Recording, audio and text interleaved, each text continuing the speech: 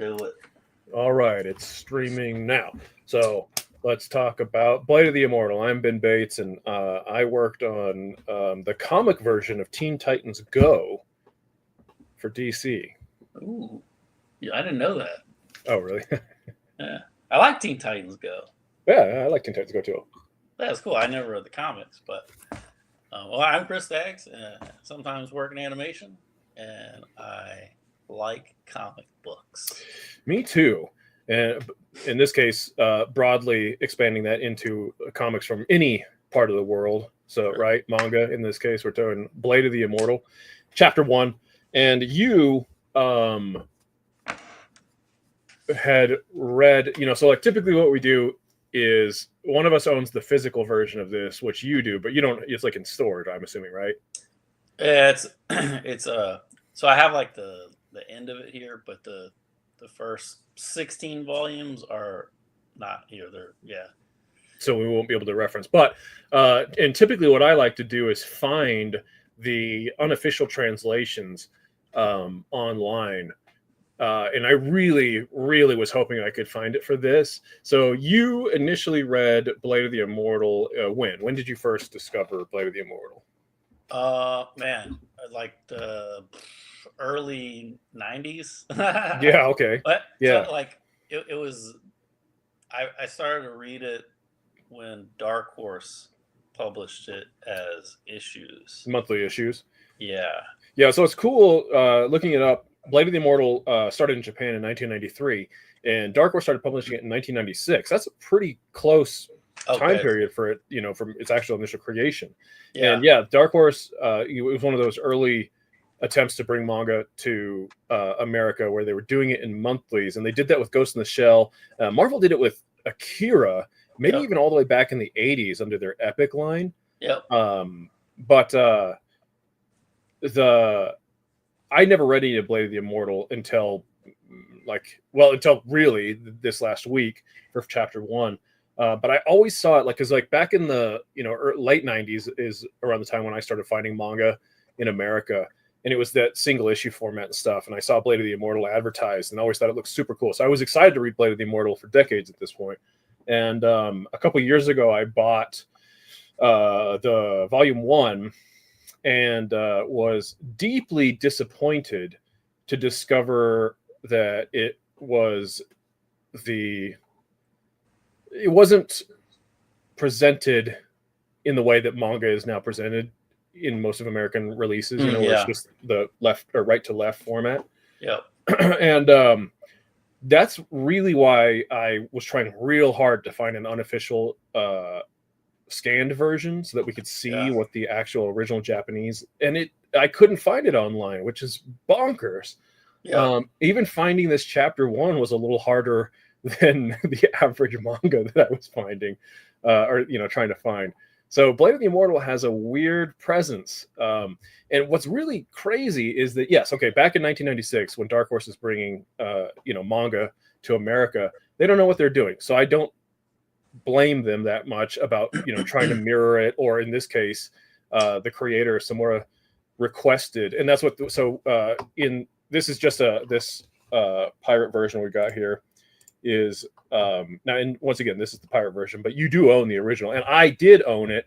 I tried to read it and found it impenetrable to me, so I got rid of it, but we both have impenetrable the American release. So that's what I'm saying. Okay, so here's the Dark Horse release, right? So we scroll down, or in this case we're scrolling, and they have a note here about the artwork that Samura, the creator, requested that they didn't mirror. So we address the this thing first. The first thing that they yes, let's do it. What's going on here? Well, I mean, it's just it's a much older symbol than what it was turned into and used, by bad, evil people. And so, he just gives the explanation as to the history of it and why it's on his kimono, right? Yeah. And so what we're also seeing here is that the actual swastika and the emblem here are not in the same direction. They are in fact reversed. So it is not the Nazi swastika. Yeah. So the first time that I ever saw this was in an old Sonny Chiba movie, where I saw it. It was like in a Japanese house or a dojo or something. It was on the wall, and I was like, "What the heck?" Because it's like, this is feudal Japan. Why do they got this Nazi symbol on there? And that was the first time I learned, oh, it's more than just the swastika. And in the case, realizing also that it's reversed anyway. So yeah, so they're making a note here about how this is not a Nazi swastika on the back of our main character, or what we will discover is the back of our main character. Now, secondly, before we move on to, you did not, because you don't have the physical version easily accessible, and it was hard to find the online scanned version, you did not read chapter 1. So when was the last time you read chapter 1? Oh, man, it's been years. Been years. So I watched the anime somewhat recently, which, like, from what I remember, is like, it's pretty, I mean, it can't cover everything, but it's somewhat close, I guess. Okay, so you've had the story at least, somewhat recently in your head. Yeah, so this would be kind of interesting to see what you haven't looked at in many years and what I just looked at. Okay, so what they're saying here is that Samura didn't want them to mirror the manga, so they did cut and paste, but they did mirror some panels when they had to. And that's what I found to be impenetrable for me, is that when I was trying to read this, my brain could not accept the reality I was being told, and we'll get into that. Okay, so page 1 of chapter 1, we got our first establishing shot. Now, this is the American Dark Horse version, so we are reading it from left to right, and this very first panel brings up a question, right? So this is where we're supposed to start, where he says, "You're a samurai, are you not?" And we move to this other word balloon over here. Yeah, I whacked a few guys. But is this mirrored? Is this panel mirrored in order to accommodate the flow?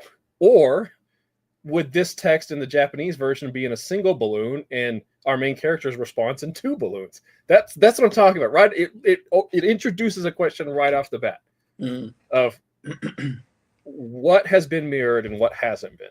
Right. Yeah, it's hard to say, right? Because some stuff was, and then other stuff was not, because, which you understand why, like, the more you read, like,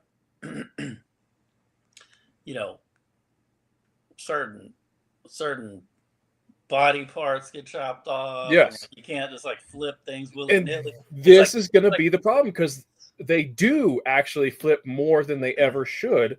Yeah. And it's gonna be a mess, and it real fast. All right, so started this way. My 2-panel test is: are the first 2 panels interesting? Does this start the story? And I would argue it does. So we get, we have no indication who's speaking, but we get the concept that 2 people are talking. You're a samurai, are you not? Your blade reeks of blood, my son. Even in here, I can smell it. And he says, "Yeah, I whacked a few guys." So we get a pretty big indication of how badass this potential character might be, or maybe even dangerous or murderous, right? Like, we don't know who this character is yet, but we get the confirmation. He says, "I can smell how much blood," and the guy confirms, "Yeah, I've killed some people." So he is saying, "Yes, I am dangerous," here and there over the last couple of years. So just and we get what we now know is actually our main character. But we wouldn't know that, at this point. But so is the first 2 panels interesting? Yes, they are, because we're right in the story started. Here we go. Let's find out about these characters. Are any of them our main characters? Who's dangerous? Who's good? All right. Then we get. Now, I also want to point out, though, that we're and this is important. This is why okay. Before we go any further, the reason why this Dark Horse release bothers me so much is that in 1996, okay, manga's not the worldwide phenomenon that it is. You think you got to do this special stuff in order to make Americans read it. Fine. But this version was released in 2015. The collection that I bought, the physical version, this thing that we're looking at right here that's been scanned, was released in 2015. And they're like, you know what we could do the actual version of it now, because that's how people read manga in America, or we can keep doing our bull nonsense that we put it together. And why would you do that? Why not just make it the official version the way it's supposed to look? Because here in a second we're going to run into so many problems. All right, so we get one character established, right? Meaning this character, the knees, the leg that were, you know, presumably sitting cross-legged, is facing mostly to the left. Mm-hmm. And then we get our second. We know there's two characters. We get our second character. We know that because of this person says, "Your blade reeks of blood, my son." We establish this is a church. We see right here a cross, presumably a Bible being held. We know this is not the same character. They're facing to the right. Okay, this is what a good storyteller does. Doesn't matter if it's comic books or filmmaking or whatever. You need to establish characters and their relationship with one another in a space. So one character sitting, facing to the left. Another character standing, presumably facing to the right. Same character facing to the right again. And now we're already seeing Samura's unusual decision for his manga. It's not inked in these pages. This is all pencil work. Yeah, I would assume. Yep. And that's just not usual, you know. Like, and he's getting to build, you know, in a maybe a normal manga, let's say the average manga, they would build the indication of shadow and light with screen tone, or maybe, you know, they might do like some strokes of of an ink, but he's using pencil to give us some really nice, like the whole back of the neck has basically dropped out because of how bright the sunlight is on it, you know. Just like it's black and white, but I can sense the reality of the place that these characters are standing in. Yeah, which is great too.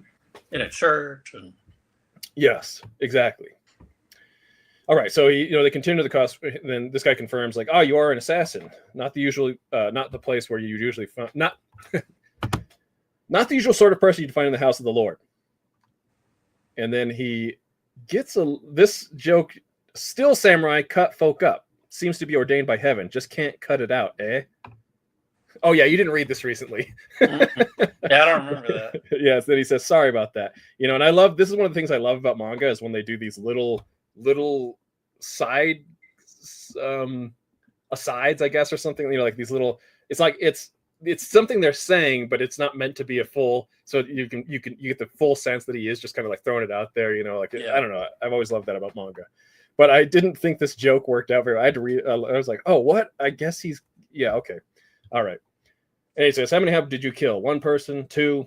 And then we get our introduction of what will turn out to be our main character. 100 is how many killed.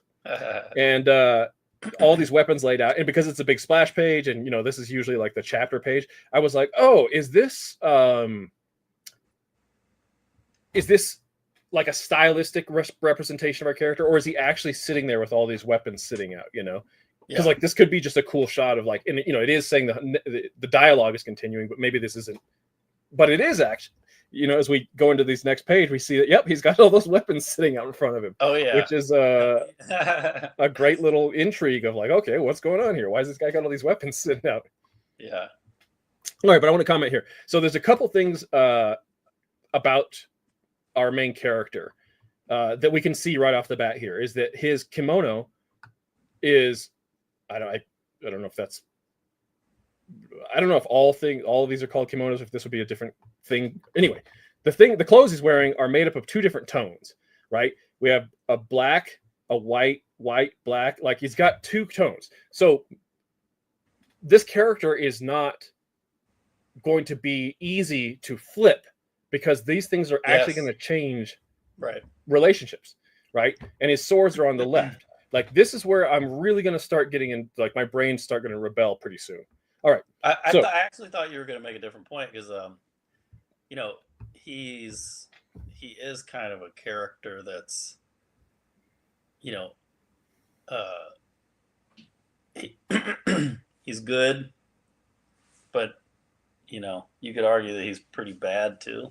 Okay, so I'm going to go off, since I've only read chapter 1, I'm going to go off, and we don't know that by this point, right? But we can we could assume something like that based on the artist's decision to give him this outfit, right? Mm-hmm. A representation of both white and black, good, light and dark. And so we can immediately assume that. And of course, you've read more, so you're confirming that this is accurate to his character. So it's not like just some willy-nilly decision that the artist was like, it just looks cool, I'll just do it, right? It actually is part of the storytelling. Yeah. All right, so finally we get down into page 3, and we're starting to introduce inks. So he uses both pencil and ink, and it's a subtle transition that doesn't feel jarring, I guess. Like, I didn't even notice it when I was reading it the first time, that we moved, by this point, all the way down into inks and screen tone. Like, even though they're clearly very different, it just, because this is still pencil, and then this looks like it's all ink at this point. Like, maybe some pencil work right here. No, that's probably, I don't know. Either way, it just, it flowed naturally. Yeah. All right, we get an indication that this guy's got a gun hidden in his Bible. He says, the Lord has spoken. Sadly, it says the only way to get penance for your sins is for you to die. And now we still get our representation of for us, the readers, to know where our characters are at, right? This guy, our main character, is still facing to the left. Our other character still standing, facing to the right. Still facing to the left. Now, here's as storyboard, like I said, it doesn't matter if it's comic book storyboard artist or whatever, right? When we're doing a scene in animation, we want to follow this same pattern, because you want to let the reader know where everything's happening. And the way you can change the relationship is to do exactly what the artist has done here, where you do a straight on shot. Now that's not facing either way. Now you can re-establish if you want to change the camera up, right? But he doesn't. He goes right back to it. So we do this face forward, and then we go right back into establishing left to right. That is immediately destroyed. Yeah. It's weird too, because that could easily be flipped. Now here's what's confusing. Okay, so now let me back up. So in this panel, our first introduction, because it's pencil work, we can't really make out the details of his scars on his face. But once we get a little closer right here, we can see that there's a scar across the bridge of his nose. We can see the eye clearly. Now, that's not truly indicated yet that other eye is scarred over, right? But the point is, and this is what I'm saying. Like, I want to just get involved with the story. Like, one of my most hated criticisms is when people talk about how something knocks them out of the story. I don't experience that, right? I know I'm always reading a comic book. I know I'm watching a movie. Nothing can knock me out of the story.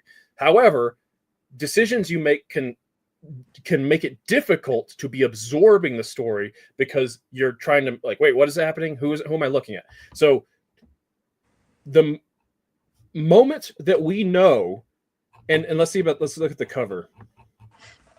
Yeah, the cover doesn't make it super clear that he only has one eye yet, right? Okay, so at this point, we're being introduced to the story. Everything is supposed to be helping us really to get into this and want to buy into it. So what you and I know is that he only has one eye. Maybe you could sort of guess that here, that other eye, you can't see the pupil, and so maybe it's a scar, maybe it's not. But the point is, he only has one good eye. And I went and I tried really hard to find the Japanese pages, because I was like, surely if I can't find like a translated scan, there's got to be at least pages posted out there. Maybe I could find pages that show me, the original manga, like a tankobon that you would buy. And while I was doing that, I was like, okay, let me find out what is the true version of this character, because we know that he has a scar that cuts off one eye, and we know that he has one eye. We know he wears black and white. What is the true version? Like, if the artist is drawing him and he says, here is the character's face from straight on, which eye does he actually have? I have he has an art book. I have the art book right now. You could quickly grab it. It is the right eye. So you're saying the right? No. Which eye? Which eye? His right eye, right? His left eye. Should I grab it? Yes, please. We want to confirm which eyeball does our main character actually have. I think it's his right eye. And I have to find. There it is.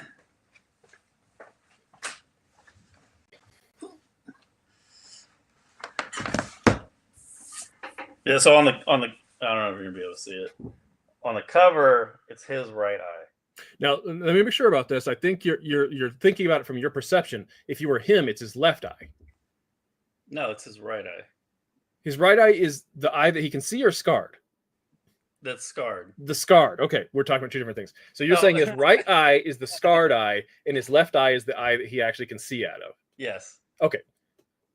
Then this panel is accurate. Presumably, this is a non-mirrored panel that if we had the Japanese manga, this is what it would look like because the character only has one eye, one left eye. Yeah.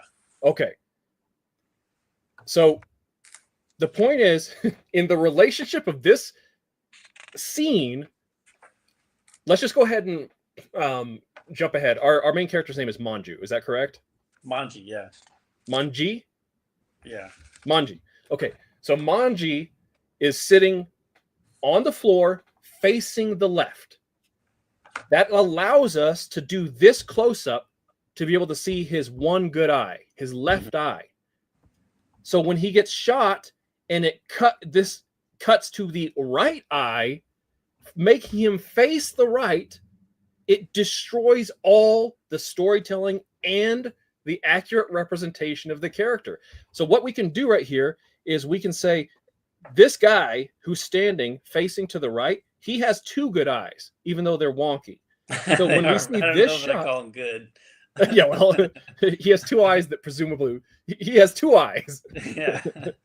And they're wall-eyed, I think is the term. Yeah. So when he shoots and we see this, because everything we've been told is the dude standing has two eyes, he's facing to the right. This is the shooter. This eye is the shooter's eye. What's confusing about that is where's this blood in the forehead coming from? He just shot the other guy, didn't he? Oh, that's not the shooter. That's the guy sitting down. Why is he facing the way the shooter is facing? This is, if you were boarding this, your director would be like, what the heck, Chris? Flip that around, right? Make him face the way he's supposed to face. So that raises two questions. One, is Samura, the creator, did he get confused and he drew this and he was like, oh, it doesn't matter which eye is good and bad. It doesn't matter where the scar is. Or is this a mirrored panel? And if it is a mirrored panel, why? Yeah, I think it's probably mirrored. But why? Well, what possible reason? I mean, he probably drew it with that side, right? And then it got flipped. And then, because he has the blind eye, it's confusing to think about because I'm trying to think about it. Like if it was all flipped. If we flipped this panel, right? It would be correct in every way. It would be the right. It would be the eye that isn't scarred on the right side. There's got to be. It would be where the eye that isn't scarred is supposed to be. Plus, in the context of the scene, he would be facing the correct direction in order to tell us he immediately is the one who got shot. Yeah. So if Dark Horse is the one who flipped this panel, the question is why?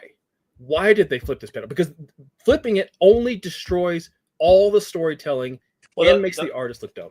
Don't you think they flipped it because his other eye is good, and the drawing is the blind eye? Here. So they couldn't flip it because. Let's do this. Let's go ahead and start messing around here. I'm just gonna look at this art book. Okay. So this is why I wanted to find the Japanese version so bad, just so that we could see what the original pages looked like. Yeah. So all that this needs to happen is literally, mirror that. Boom.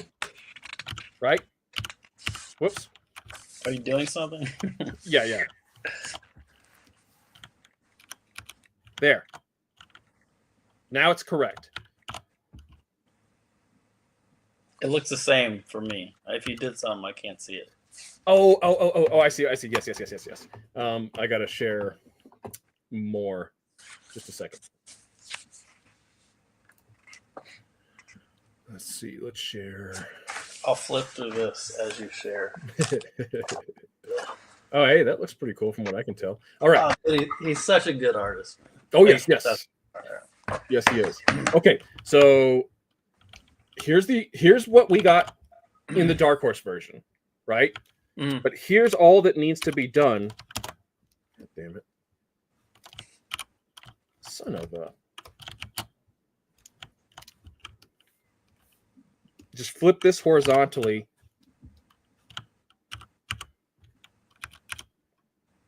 Now, this is his unscarred eye.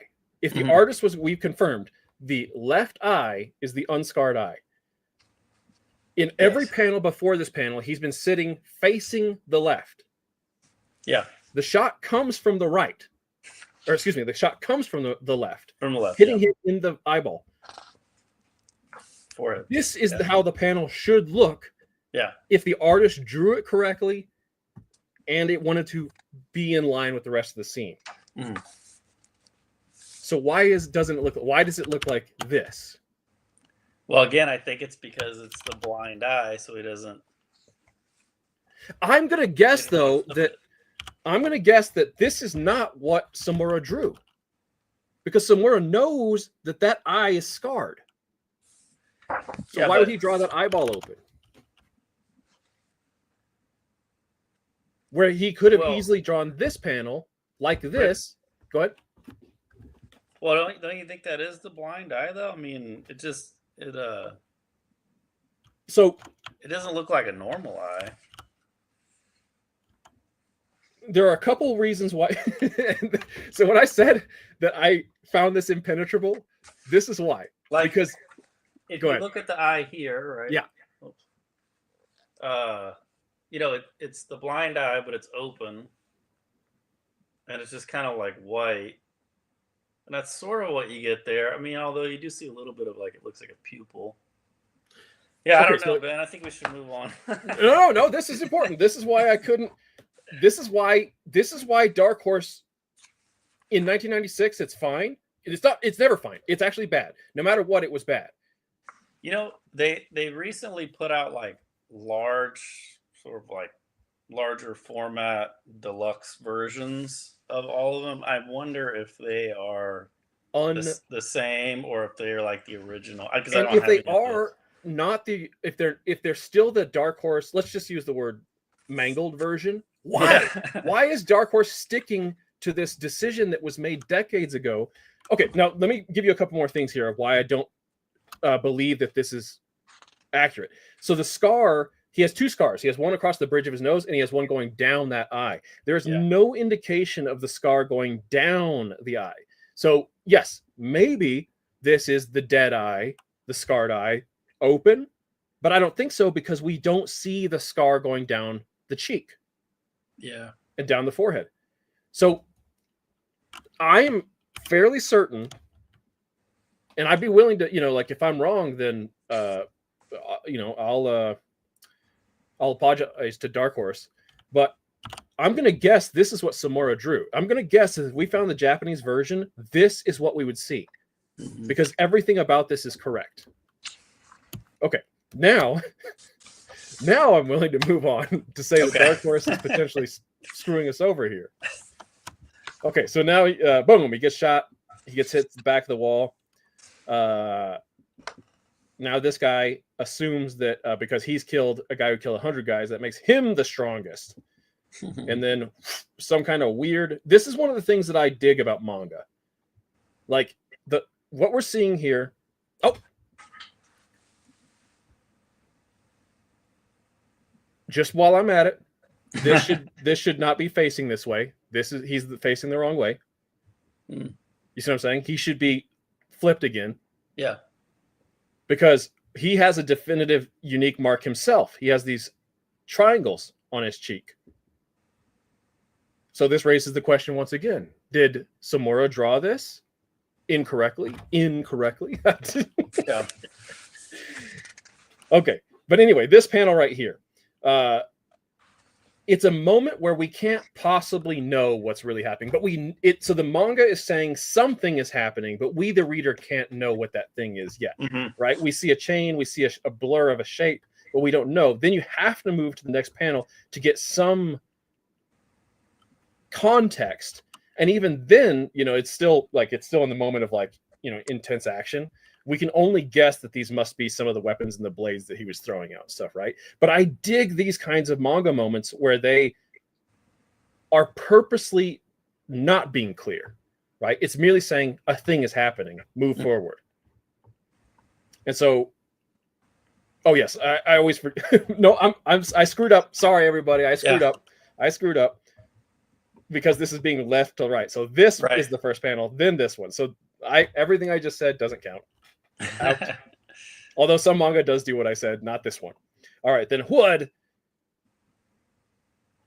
Boom, he's pulled him up so that he's smashed his face into the little viewing window. Okay, we're back to the correct representation of Manji, right? Scarred eye, one good eye. And it's on the place it should be. But you know what's jacked up about this panel? He's flipped again. He's flipped again. In the context of, we said in the scene, if you were storyboarding this and I was your director, I'd be like, Chris, what are you doing, man? You're like, you've said that the enemy, the priest, he's on the left, your main character Manji's on the right. Now you've flipped him. You've broken what is called the 180 rule, right? So what is the 180 rule? Explain that for our Zero watchers. Well, yeah, it's basically like when you establish your character relationships. How do I show this? Like, if the camera's on their right side, you don't want to go around to the other side where the characters are then appear to be flipped in the opposite positions, because you're going to confuse your viewer, right? You're mixing up the information. One thing I was going to say is, sometimes with comics, you do break that because you have the flow of dialogue speaking first, and then so you sort of have to flip it. It's not as big of a deal in comics, although artists that follow it more closely, like I've noticed that Mignola is really good about that. But it's probably because he writes and draws his own stuff, so that he can kind of structure the speaking order and dialogue so that he doesn't have to break the 180 as much. It does flow better. But yeah, sometimes you do have situations in comics where you do break it, and yes, it's not as bad. And now let's back up and say there was a way that you don't have to break it, but you can reset, right? And you reset by focusing straight on. So we have an establishment, but then we have straight on, and then we have a new we alter, and we have another straight on. So he actually is not necessarily breaking the rule, because he's reestablishing the rule. By doing a straight on shot, he's now said, I can go whatever direction I want. And that's what he's done. He goes straight on, then he's still straight on, but he's had the character flip around, right? So if this, here we have the bullet hole, and then we can assume, oh, okay, God dang it. This is the problem when you're, so this is the first panel. So we have straight on, then confusion, but back to straight on. So straight on, bullet hole straight on. Now the character he was facing the bullet hole, but he's turned this direction, and we establish that right here, right? Because there's the bullet hole. So he's actually turned away from the bullet hole to laugh maniacally about being awesome, right? And then the blades and chains come through the wall, and we still have him established. And then we have another straight on before we reestablish the relationship. So he hasn't actually broken the rule, because he reset the rule, and now he's set it up a new way. So Manji now is on the left, and the priest is on the right. But let's see how quickly that holds up. It's okay, so they're separated, from in the confessional or whatever. So if you could see them both in the same scene, then you could reestablish their positions or whatever, and that would help. That would help a lot. Because they are separated, it kind of makes it tougher. But then when he gets pulled against the the wall there. He's coming from the wrong direction. He's going left to right, and then you got Manji on the left, But looking left to right. So it's like still wonky, and we don't know who's at fault here, right? Because some of the panels are mirrored, some of the panels are not. Yeah. We don't know what's real and what's not real. And that's what, when I'm trying to read this, I can feel it every step of the way, being like, wait a second, what's happening? And my brain is trying to hold on to this, and it keeps getting screwed up. So, but we do have a correct establishment, right? Left, he's facing that way, he's facing against him. And then we reset by having a nice straightforward, and we've also discovered now that this guy can take a shot to the forehead, right? But this is the trouble. When you're not telling story well, and this is not, I don't believe it's Samura's fault. I believe this is Dark Horse's fault. But when you're not telling story well, the reader is trying to make sense of things while you're totally missing these great big details. Like, oh, this guy got shot in the forehead. Why isn't he dead? I'm not thinking that. I'm thinking, wait a second, what's happening here in terms of the actual creation?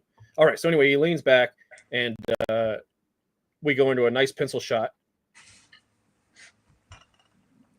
Why do you think he chooses a pencil shot here?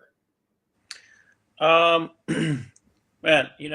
so my like sort of memory of he kind of gets away from like the pencil stuff somewhat. As it goes on, you mean? Yeah, what I remember, I mean, I don't know if you ever like lose it completely. Oh, wait, hold on a second. Frankenstein's talking to us. He says, it's a comic, not storyboard. But the rules of them are the same, right? You want to establish, you want to be consistent in your establishment of characters and generally follow the 180 rule. Sure, yeah. Yeah, I mean, like from my memory, like he sort of would do the fully rendered like pencil drawings for like big moments, but seeing this now, he's using it more than I remember. And in a lot of ways, it might be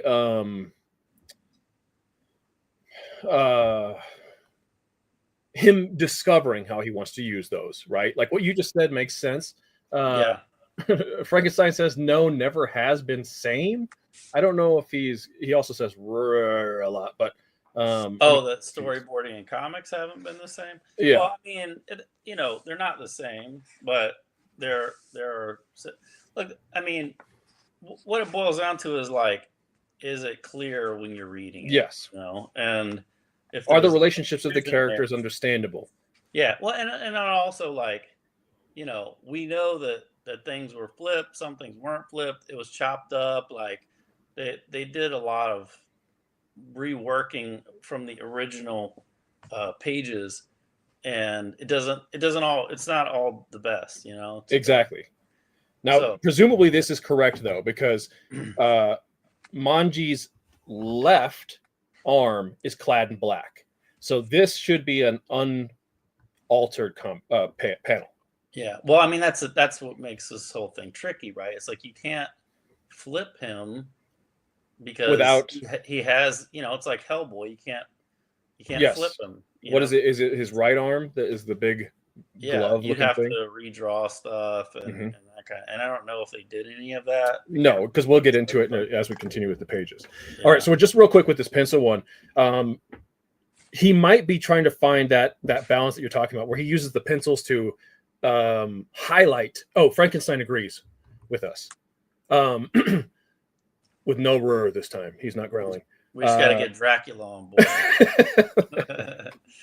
Okay, so he might be wanting to highlight like impact big moments by doing the pencil look. And that would work right here. And maybe it's still working right here because it's instead of one single panel, he's saying all of these moments are big and important. Even the dude's close up of his eye as he realizes that he's going to die. And now here's a great example too. How do we know that that's not Manji's eye? Yeah. I mean, I guess you don't. Well, I mean, it's his right eye. Presumably, it's his right eye. Presumably, I don't know, like you got the me nose confused now. Like I don't know. Yeah, so I think it's in context, right? Meaning that we know here in this panel the dude's sweating. We also know that he's facing to the left, right? So This is Manji's eye, even though he's facing straight forward. So it's a lot of context that's telling us why this is the priest's eye. And then wham, a knife through or a blade through the skull, while presumably the hook blades are pulled back in order to sever the head. Yeah. Very satisfying. Oh yeah. Oh, and then it sticks into the wall on the other side. Great. And then we reveal that our main character knew who this guy was. So that was Gobutsu Johnny, the famous fake priest collecting bounties on criminals who come to confession. Oh, man. And then we're back to inks. So he decided to do pencil for all this. Boom, inks. Oh, and now we get a really exciting indication. His wound, he's not invulnerable. He says, well, my wriggly little friends, looks like you guys saved my ass again. He's got some sort of powers, some sort of healing capabilities. Yep.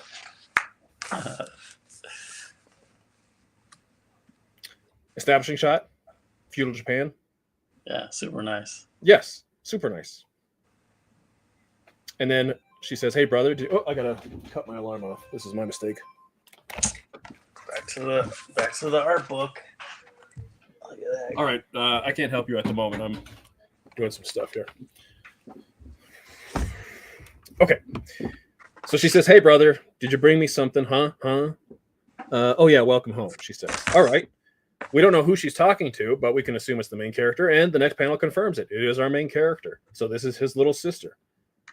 I would guess. Maybe it's his older sister. And he says, Oyo, what is this Oyo about? I don't know. It might say. Sometimes it... I probably did in the glossary up here. I didn't bother to read the glossary. Yeah, it might be in the glossary. No, like it. No, it's not here. That's weird. Okay. Well, I just quickly assumed it was a. I don't know what the proper. Is that her name? Oyo? Huh? This is Oyo. Oh, maybe it is. Oyo is the old lady around. Maybe it's her name. Oyo. Okay. And then, oh, Manji, your clothes kind of smell like blood. Sniff, see? I'll just be honest. I thought that was a little weird. Her positioning, like just her leaning forward and in toward his crotch area was, I just thought a little strange. So like, and maybe it's meant to be a little strange because she's, as we're going to find, is a little strange. It's just a weird place to be sniffing for blood. And then he's asking as an old lady. And then we get an old lady. She says, ho! And here I thought you went off to church, but you came back with a wet blade. And he says, yeah, I went, but I'm all finished. I killed God, which is a pretty intense thing to say. And I don't remember that. Let's just confirm here. Black on his left arm. Black on his left arm. None of these are flipped panels. Okay. Mm-hmm. Now, here he's sitting down. So we've established here's an old lady. She's got a hooded cloak on of some kind, Here's the hood. This is the old woman, right? We agree this is the old woman? Yep. So on the bench, they're sitting on a bench. Manji is sitting. If we were to look at him head on, Manji would be to the left. The old woman is to the right. Let's just keep that in mind for a second, okay? Mm-hmm. All right, so then we scroll down to the next panel. And all of a sudden, his scar is on the wrong eye. Mm. Yeah. Did Samura mess that up? Can Samura not remember where this scar goes? I mean, my guess is that they flipped it. Probably, right? Okay, so then he says, those bloodworms you put in me. Oh, so now we're getting a little information. It's the old woman who has put bloodworms in him that keeps him alive. He says, that son of a bitch blew a hole in my head the size of my thumb, but check it out now, not a damn mark. Now, this, I think, is actually Samura's mistake. He has covered up the place of the wound with this enormous, I'll take your word for it, Manji. I can't see it because the word balloon is in the way. Now, I wonder, again, in the original page, did it cover that much? That's a good question. We don't know.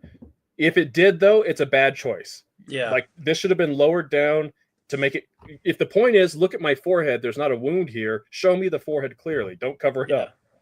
Now, I mean, it seems like there's even a little room to even because the middle panel is like full bleed, right? Yes, right here. I don't know. So it does seem like you could maybe move the top panel up a bit and then make. Oh yeah, you wouldn't even have to. So if you wanted to have all this visual information, yeah, you could have.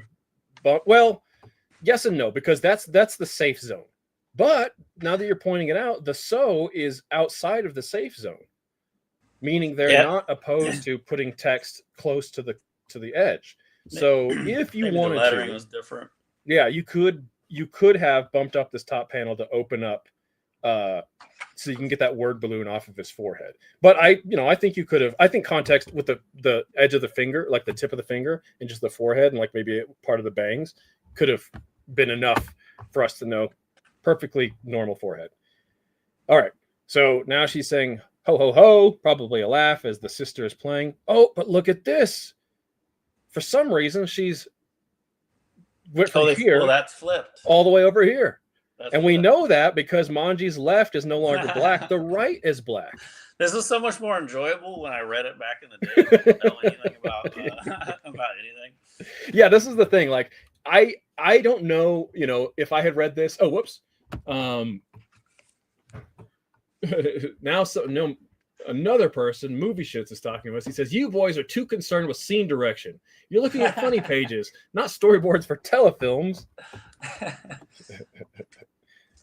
But this is how serious that I take comic book storytelling, right? Like, storytelling is storytelling no matter where you're at. And you're either doing it well or you're doing it badly. Now, I believe the creator Samura is doing it well. It's Dark Horse who are screwing it up. Yeah. Like, why in the world is this flipped? There's no reason for it. All it's doing is destroying stuff. So then we get a close-up. And this one is flipped too because we know this is the right eye. Manji's eye. This whole page has been flipped. The whole page. Because every single one of them is wrong in terms of where the characters are at relation and Manji's scars and eyes. Mm-hmm. All right. Yeah. So, like I said, if I, back in the 90s when I was younger, in my teens or whatever, and I was reading this, it's possible that I wouldn't have been, but I think that it's just what my brain does. My brain would be feeling this. Like if you cut out that explanation in the beginning of like Dark Horse doing like what they've done, I still would be like, wait a second, why is his scar bouncing all over the place? Yeah. Like, I mean, I will say, like, if I were to read this, like, I don't think it would confuse me that much. I mean, the characters are pretty distinctive, so you know what I mean? Like now I would notice it, but as far as like reading it goes, it's like, okay, like, it's like one of those pictures you look at and it's like spot the differences kind of thing. Well, but see, that's what I'm saying. I think there's differences, but you can still follow you can follow it, but and maybe I'm just more sensitive to these sorts of things, right? Well, it's not ideal. I'd much rather have it just the way that it was. The way that the creator probably intended it. And see, that's what if I didn't have an explanation, I just assumed that it was a bad creator who didn't know how to draw his characters and didn't know how to do storytelling correctly. Like, let's just use Cable. Cable from Marvel Comics has one metal arm, right? If throughout the comic, his metal arm keeps bouncing back and forth, like eventually I'd be like, is that his power? Is that something he can do? Is this the artist just being an idiot? Like that last like Cable piece I did, I gave him two metal arms. Oh no! and somebody actually was commented to me, and they're like, "Why did you give him two metal arms?" Like, I don't know, man. I was just like trying to. I mean, when you draw Cable, it's like he always looks different every single time, And but he has, some consistencies, right? Like he should have one metal arm. Now nobody knows which arm it is because the artists never can keep it straight. But it's one metal arm. It's always his left arm, right? It is. It's always the left arm. If you draw him with a right metal arm, it's the wrong arm. Okay, so anyway, we get some interesting bit of story here. So he says, he reveals that the old woman is the one that put this stuff in him that's made him basically invulnerable, presumably. And he says, "So, old lady, I want to know, how long do I have to live on in this stinking body?" So he's not thrilled with the situation. Mm-hmm. He says, "I can take a bullet through the brain like it was nothing. What kind of monster am I? I know they can't kill me, so my sword works getting sloppier by the day." And I like that. I like the revelation that because he doesn't have to be concerned for his life, his skills actually deteriorating, and that bothers him. You know, I think that's realistic. I think if you didn't have to worry too much, you wouldn't be that good, or you know, you'd stop being as good as you were. So that's pretty cool. Yeah. And then it gets very weird. So he says, "I know they can't kill me, so my sword work's getting sloppier by the day." Huh? You don't give a damn about the troubles I've seen because of you. Hey.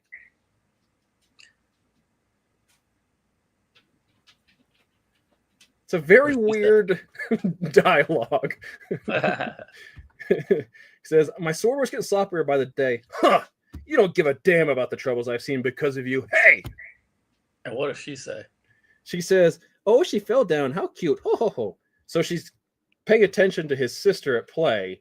And presumably that's what he's talking about when he says, "Hey." And then he says, "You better pay attention, Grandma. Look, it's my whole, okay, you asked for it."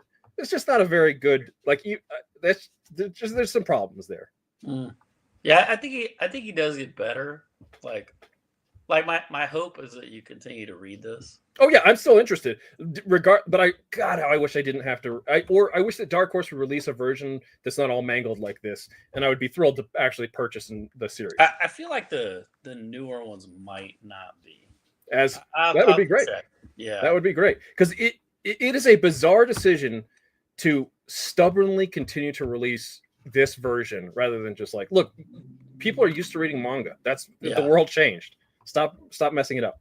Right. Or she says, "Oh, going to take a chop at me. Are you foolish boy? This old lady's full of bloodworms." So we confirm he's not the only one. She's got the condition, which apparently is news for him. And Samura has incorrectly drawn the wrong eye. Says, "Thanks to them, I lived a full 800 years, just like my name, Del Bikuni, which means none of 800 years." But that's cool. She's been alive for 800 years. And so we're getting some interesting, storytelling going on here. It's truly astounding how many people die in the world with most of their dreams and desires unfulfilled.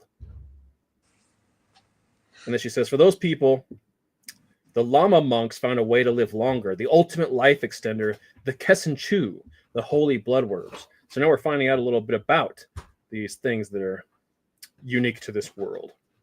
No one can live without a purpose. I just want to comment. This is fantastic. Love the implication of lighting.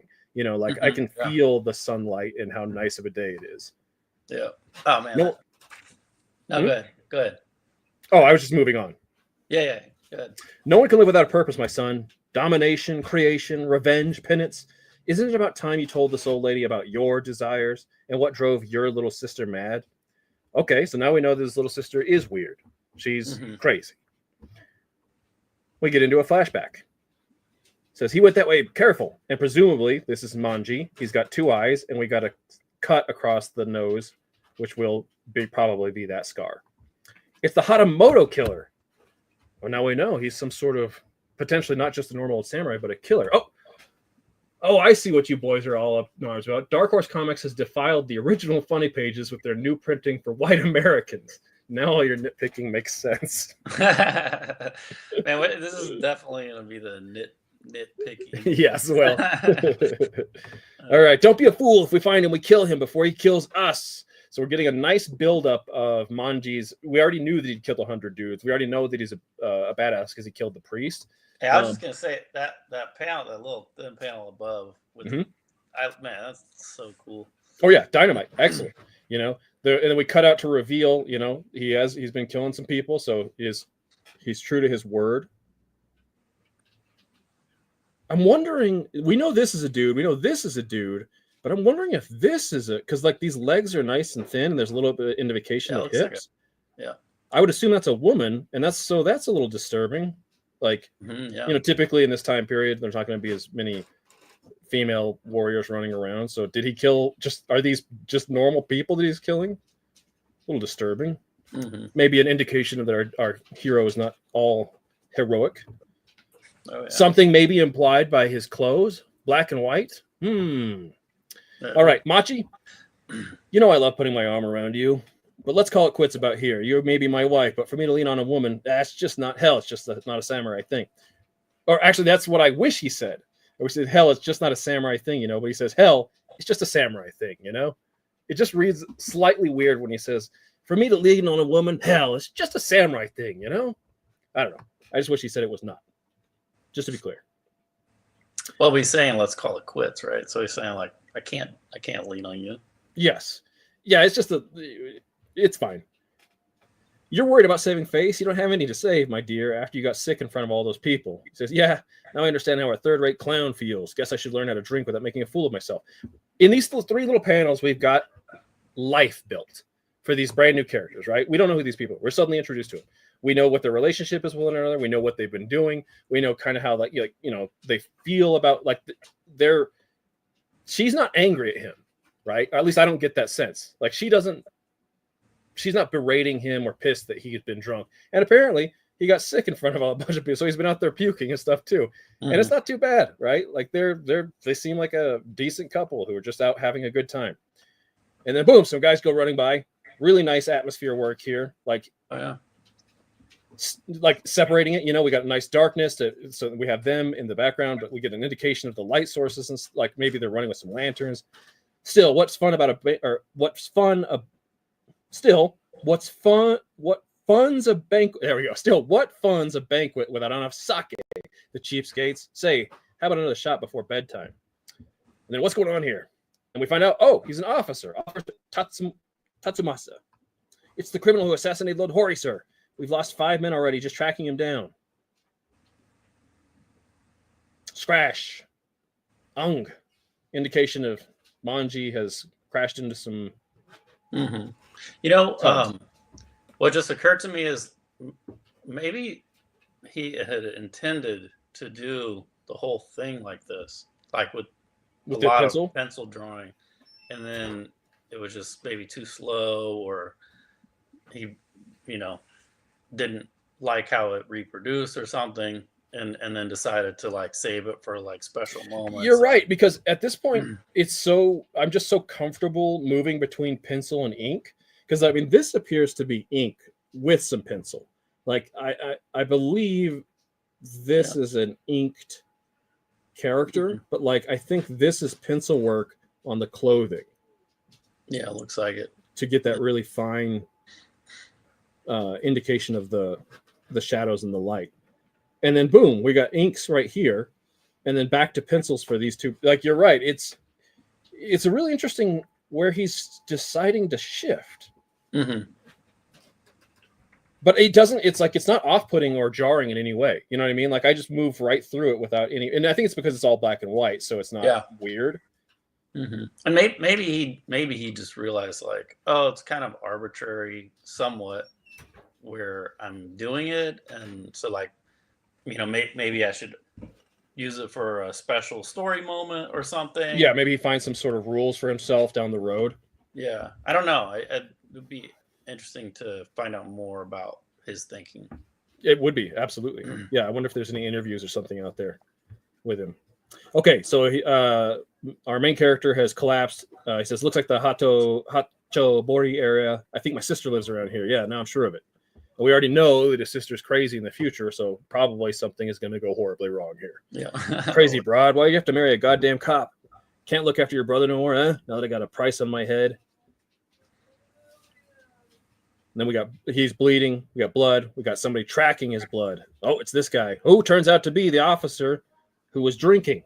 Machi, it seems I've got some work to do. You go ahead and warm up the sake. But I thought, you're drunk. He says, I'll be along in a few minutes. Now, I immediately got worried here because we opened up with this dude clearly not at his best. Yeah. And I'm like, oh, dang it. He's going to run off. Like, this guy's not in the best place to be trying to take down our main character. He says, make sure you get the bath hot, nice and hot. But he's confident. He's a man. He's going to go take care of this and be back. Boom. Footsteps. He's found the killer. Oh, not yet. Nice acting there. With this one? Yeah. Yes, absolutely. He's noticed the blood. Says, I guess not every Kengo is careful. We'd have to check out the glossary. You know what a Kengo is. I don't know. He says, all right there, you in there. This is Saito Oi Tatsumasa, officer of the law. You don't need to tell me your name. Your life will be over in a few minutes anyway. No kidding. Boom, he pops his sword. Says, I heard a lot about you, pal. They say it was you who cut up the Hatamoto Lord Hori, Sengu Nobu, 2 years ago. then he says, wait a second. Saito Tatsumasa. I've heard that name before. And we get bad feelings at this point, right? Mm-hmm. Because we know, his sister lives around here. He's heard the name before. This guy's married to a girl, probably his sister. Things are not going to go well. Says, so do you have any last words? Now, this is interesting. What do you make out of this? That shadow? Yeah, that's a shadow. Just an interesting choice because he's doing so much rendering. Like, we get this like really nice glint off the blade here. We got all of this really nice shadow work and this shadow work right here, right, of the sword. And then for this one, he's decided to ink the outline of the shadow. It's just an interesting choice. Like just a different moment. It took me for just a second to be like, oh, right, the shadow. That's what it is. Then he's talking to the cops. Worry everything. He says, I mean, this pal, something worth dying for. We get a little bit of backstory about what Manji believes in, of like what he's been doing and why he's gotten to this point in his life. Mm-hmm. And I liked this reasoning here. I could read all through this, but we'll just say that I liked the reason. Do you remember anything here about this? Do you remember what he's saying? No. Okay, well then let's get into it a little bit. He says, I killed plenty of people on that bastard Hori's orders. So he used to work for Hori. And he never doubted that they were bad. Posed like a hero, I did, but the real bad guys, they're always right under your nose. So what we know now is that he found something out. Like he used to believe in something, what he used to do, found out that he's actually working for some bad guys, and he killed his old boss. And so he says, or maybe I'm the dumb one here, which? And then we got the officer. He says, Bushido, the way of the warrior, follows the ancient code of gi, of righteousness. If there be any who stray from that path, the samurai must punish them with the justice in his heart. I guess you're a guy who never heard of loyalty. But enough. I don't need to hear any more of your excuses. They're meaningless. I don't feel sorry for you. The law is the law. So what I thought was really interesting here is that Manji is explaining why he's done what he's done. Mm-hmm. And I thought maybe, especially with this panel here, because we got the ... and the little sweat drop, that perhaps this guy understood, right? But he then leans into the law is the law, right? You did something. So I thought it was an interesting, like, it's not just this guy. Like, he maybe thinks that Manji's telling the truth, but I got to stick to it, right? Mm-hmm. I got a job to do. You're a criminal. Your time is up, criminal. Now your soul must be swallowed by the darkness. And we get a nice rising, visual, like it makes me think of a Miyazaki thing, right? When a character in Miyazaki anime, like their hair starts rising or something, like the energy, like, okay, now it's time, danger is coming. Things are about to get intense. What's that? That dramatic, like, uplighting stage. Yes. And then boom, we get a nice full shot or almost full shot of our two main characters. Now here is a little weird. It's a face-off, but only his head's facing that way, so it doesn't quite get the full sense of the face-off, of like, I'm against you, and like, because their bodies are the same direction. Mm-hmm. And then also, every one of these word balloons is not being delivered by Manji. Yeah. They're being delivered by this one. So the nicer thing would be to have Manji over here on the right and Tatsumasa over on the exactly, especially because he doesn't need to be over here because he's not saying anything. Yeah, it only makes it worse because all these dialogue balloons are. So the first time we were reading it 2 years ago, exactly, I was like, oh wait, no, that's him talking. So strange choice. Is this what Samura? If we had the Japanese version, is that what it looks like? I don't know. And then his wife has followed them. She yells out, Tatsumasa. He says, Machi, I told you to go home. Women and duels don't mix, you idiot. And then Machi, so he realizes that's his sister. Okay, interesting. So let's look at this relationship here. She's come around the corner. Her left hand is on the wall. And then there's this drawing. Yeah. Which is she's on the other side of the street now. But even if you flipped it, I think it would work. It's just another weird thing. Another weird thing. Boom, now it's intense at time. Look at all that nice effect work. Oh yeah. Like we're losing the contour outline, so it's just I don't know, it's really cool. All that looks super cool. Yep. And he says, "Pay attention, fool." No, wait.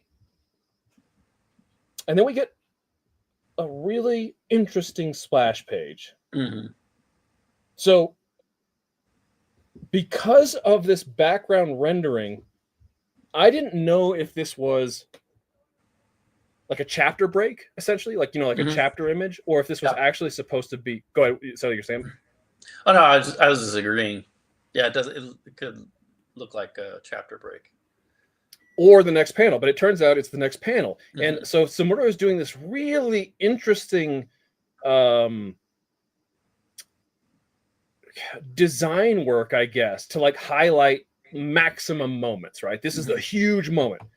So what we know is that in these pages, Manji has realized this is his sister. At that moment, he must also realize this is her husband. And when he attacks, he says, "No, wait." But then he's got like a knife stuck in him, right? We can see that clearly. Yeah. And when we cut into the next page, boom, half of his head is cut off. Right? So what we know is that even though he knows this is his sister's husband, when he's attacked, he still cut his head off in half. Like, and so what does that tell us? What does that tell you? What are we making out of this? I mean, he's not a great guy.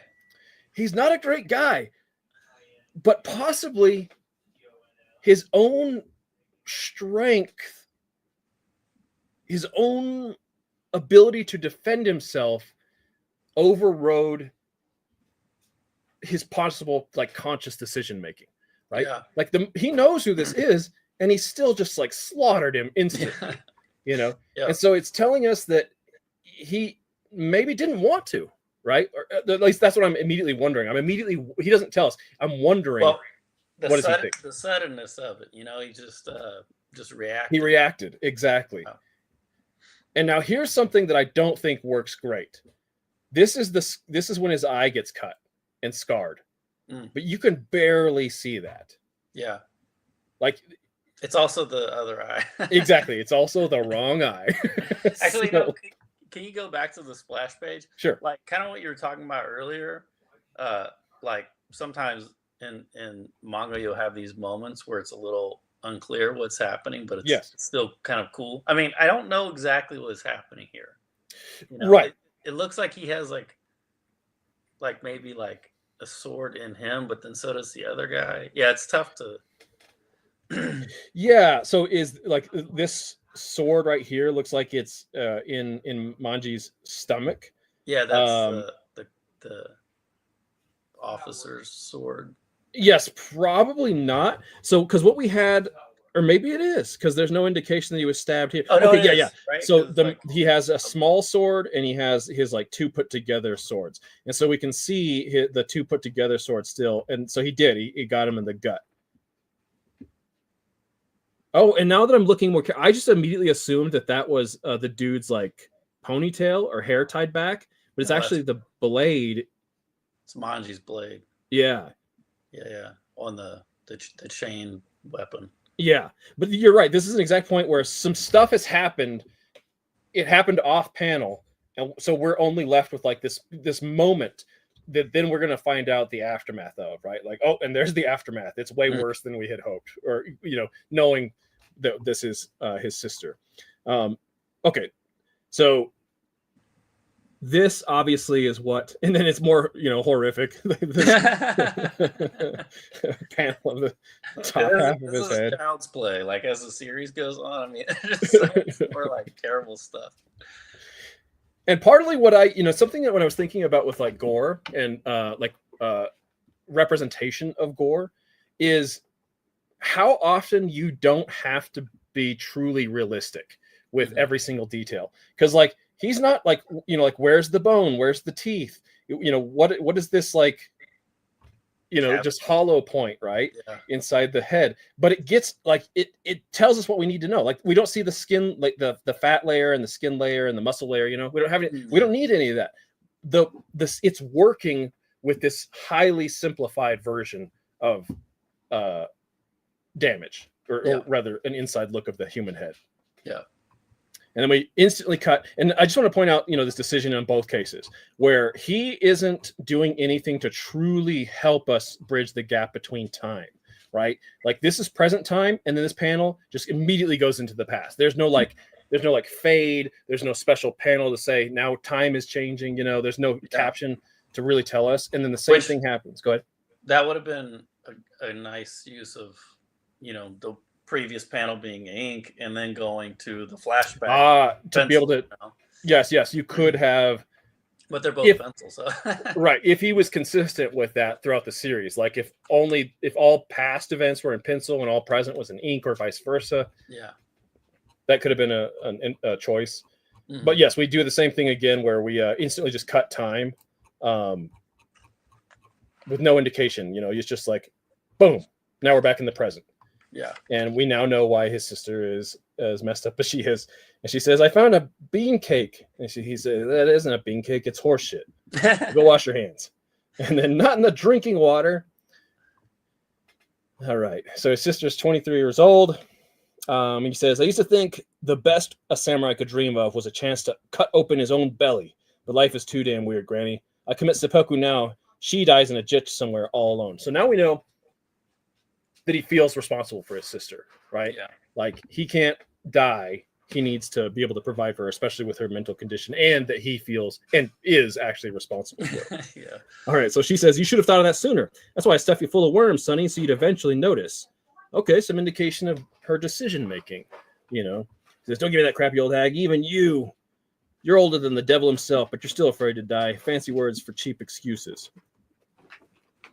Because I'm a nun, young man. I can't die until I've saved all the souls of all the poor sinners in Japan, which he has a violent reaction to. Spitting out his... Oh, no. I see. No, my mistake. Yeah, he's eating the horse poop. So that's what he's actually reacting to. And he says, who the hell asked to be saved? She says, now, who asked? Now, that is a funny thing to say. The first time I caught sight of you, my son, your eyes were practically begging for salvation. Now she's talking about the past, the first time I saw him, and we cut here to a silent panel. Is this a flashback? That's how I would read it. Yeah, what is it? But is it not? Is this later? I don't think so. That's the thing. I immediately assumed it was, but then we move forward, and we have the scar in his eye. He says, what's the point of sniveling about killing some people, my dear Manji? It's samurai justice. And then here he is presumably reflecting. So presumably we've moved forward in time. This is maybe later that night, something like that. He's reflecting on killing in the past. If he says, if you really want to be free, then first give up the sword. Repentance, my son. It has a lot more holy market value than seppuku. Why don't you shave your head when the sun comes up and become a monk? You could travel Japan with me. So this is what she wants for him. She wants him to give up violence and help her save people. And he says, I already said I'm not going with you. But then a woman comes in. Oh, yo. And he says, Master Manji. Oh, yo, what happened to you? Samurai, lots of them. They broke into the store and Machi, poor little Machi. Okay, so OU is this other lady, it turns out. I would assume based on that. Oh, okay. So when he says yo is the old lady around, he's not asking his sister. He's asking that woman in the background. Okay.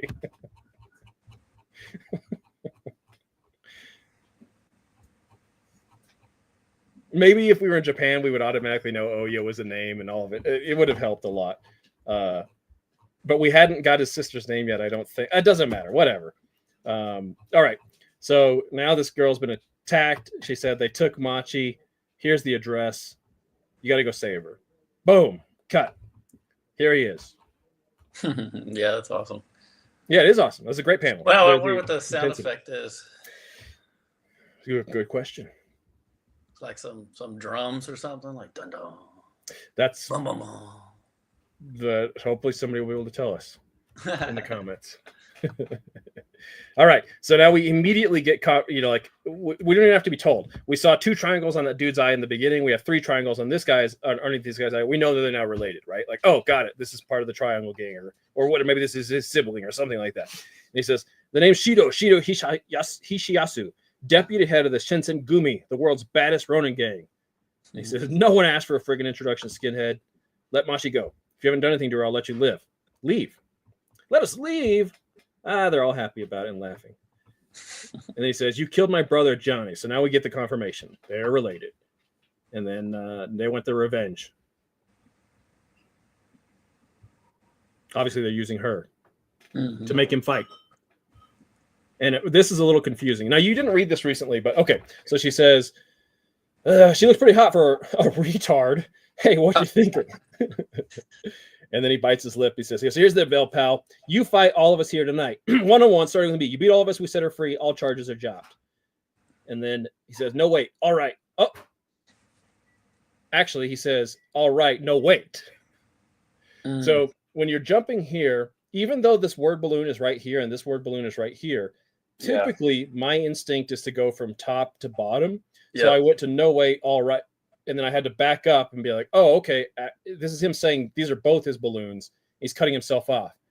So first he said, all right, I'm going to fight you. No, wait, change my mind. Figure it's a bad idea. Let's try something else, okay? So he raises his sword, then puts his sword back down. What the hell is this crap? Screw you, buddy. You don't have any choice, hey? All of this is a little clunky. That's all I'm getting at. This is all a little clunky. Well, and again, like it's been translated, right? So I wonder what it actually reads like. I think he's pretty young when he did this too. I don't. Oh, that's a good question. I didn't look up his age and stuff. He was pretty young. All right, so we know that when he did when he killed. Oh, whoops. We got Jeff coming. He says comic books and manga and even funny pages should be the opposite of confusing to read. Yes. Yes. So we know that when he killed Machi's husband, Samura did that really cool designy background to highlight the moment. And now we're getting presumably designy backgrounds. We got these flowers in these 2 panels. Now, I could maybe understand the flowers in this panel where because so the old woman has asked him, she said, give up your sword, shave your head, become a monk, and we'll travel to Japan. And, if she's being honest, they're going to try and save sinners or something, right? They're going to try and help people. So here he's saying, I won't fight. Let's try something else, right? And maybe the flowers are an indication of that different choice of path. Yeah. But why are the flowers in this panel? I don't know. Let's see how it plays out. That's a good theory, though. I mean, that if that's what it was, that would be good. He says, better listen up, Baldy. I want to wash my hands of this stinking chop business. See? And then we get presumably the old woman's words repeated. If you really want to be free, then first give up the sword. And then he says, don't worry about that. We're going to slice up your ass. Hee. That tickles, is what she's saying. But hey, you don't want to play? That's cool. Guess we'll just have some fun with your sister. And he says, shut your face. I'm saying I'll fight you barehanded. She's not part of this. Let her go now, you cheap punk. Okay, so I want to point out everything has been correct for a number of panels, right? The black is on the appropriate side. His eye is the correct eye. None of this has been mirrored, right? This is still the right eye.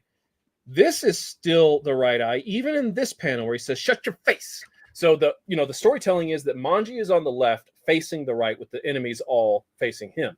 But in this panel, we cut, and this to me is okay, kind of, because he wants to show his good eye. Mm-hmm. But I think it would have been fine to still have him show with the scarred eye, because I know it's Manji. I don't need to see his good eye. Yeah. But I think I know why he did that right there. All right, now we get to here. He says, man, am I really hearing this crap? You really are the 100 corpse guy I keep hearing about? Master of 12 blades himself. So we get a little bit of, reputation on him. Like all those blades laid out in the beginning, we now know that's actually one of his calling. Like he's known as the 12 blades guy. Stomps his foot, get your filthy hands off. And then this guy's lost it. He's like, fight us barehanded. You're a samurai. He says, why don't you all play tag? If you're good, boys, I'll watch you. Sorry, I got some stuff going on back here. So I was listening. All right. So now he's losing his temper. This guy's asking him, are we going to do this? And then we get a nice little, what turns out to be a fake out. He says, the hell with it. I overestimated this guy. I don't waste time on trash like on him. Well, there you go. They let her sister go. So they cut her loose. She's rushing forward. And then we get this really, I like this panel. Do you remember this? No. Okay. So we have this dude, Manji doesn't want to fight. They're disappointed. He says, all right, forget it. Let her go. And then this is the reveal that he wasn't telling the truth, right? Yeah. And like, it feels like maybe like kind of a film effect or an animation effect where you kind of have that, like those ghost images, like as he's turning his head, you have the previous ghost image. You know what I'm talking about? Mm-hmm, yeah. And I think that's what he's going for here. This revelation of him, like, because he's, I don't know exactly what Samura is indicating here, but I feel it. Well, he's literally two-faced. That's a good way of, there you go. He's representing. I don't know if that's what he was. Either way, it's coming. It is communicating that. Yeah. So, boom, he pulls out his blades, and he does his Japanese call-out attack, heaven above, hell below, and the worst thing happens. Mm-hmm. Machi is killed in a terrible way. Literally cut in three. Yeah. Slush. See, now they decided to translate that effect. Huh? That slush, did he draw that in there? Because that chalk, I think, is probably, I don't know. He probably didn't do that, right? Yeah, I would assume that this is not him. So it's interesting where they decide to translate sound effects and not translate sound effects. I think the other one must, you know what? He probably didn't maybe put anything in there, or he put it in the white where you could get rid of it and put something else in there. Easily change it. On the other one, it would have been harder to change. Yeah, you would have had to render out all because especially in pencil and stuff. Yeah. That's a good possibility of why they choose to translate. I mean, it looks pretty bad, actually. Both of those sound effects look pretty bad. Then, boom, Manji's reaction, her reaction. This is a really interesting shot, right? Like, this is her body collapsing. It's just a cool place to put the camera, as presumably he's moving forward or something. I don't know. It's just an interesting shot to, give some of the drama. And then a nice pencil panel. Boom, he takes off in the air. Sorry, what were you going to say? I was just saying that last panel was so cool. Yes, very cool. And evidently, he intended to continue to stab her body. I think, unless Manji was maybe that's it. Maybe he knew Manji was going to go for his sister, and so he's just taking that moment to stab him. All right, this is all correct. Black on the left side, so all of this presumably is unmirrored. Now here's what's strange. So we know that this is unmirrored because the black arm is clad in or rather, the left arm is clad in black, and we also know that all of these guys, both the Johnny and this dude, have the triangles under the left eye. Mm-hmm. But right here, we have Manji mirrored because the black is on the wrong side, but the triangles are still under his eye. Now maybe they switched the triangles. Maybe, because that'd be easy enough. I don't remember like what it says about like if they did any art changes. I don't know. But this is strange. Yeah. And then this powerful moment where his sister's you can't ruin this comic for me, man. No, I'm not trying to ruin it. I'm saying this is why. Like revisiting this, I'm like, oh man, I love this comic so much. Oh, it's all of this is fantastic. While I was reading it, as much as I was struggling with all the decisions that Dark Horse was making, the story itself is still compelling, powerful. Right? I felt super bad the moment that I realized that he was going to kill Machi's husband, and that's why she went bonkers. I felt terrible. The moment he kills Machi, I felt awful. Like this is like Manji is literally potentially an immortal, right? He can't die. He's not super thrilled about it. His one connection seemingly to the world is his sister that he himself already screwed up. and now like she's dead. Like this is gonna cause undoubtedly an enormous change in his life, right? But there's also the question of immediately that I was considering, like, is it maybe, it's like one of those difficult moments where she's now out of her misery, like how great was her life being bonkers or something, so it's one of those kind of hard calls or something. She might have been, they say like sometimes smart people, life is worse for them, right? Because you're more aware of. Yes, the apparently depression is linked with higher intelligence because they have a clearer understanding of their reality. So delusion helps with happiness because you don't quite, So yes, I've reminded myself of that, where it's like, okay, actually you want to choose to be a little delusional in order to feel better about existence. Yeah. So yeah, I mean, she seemed perfectly happy. She did, yeah. The whole time. Smiling the whole time.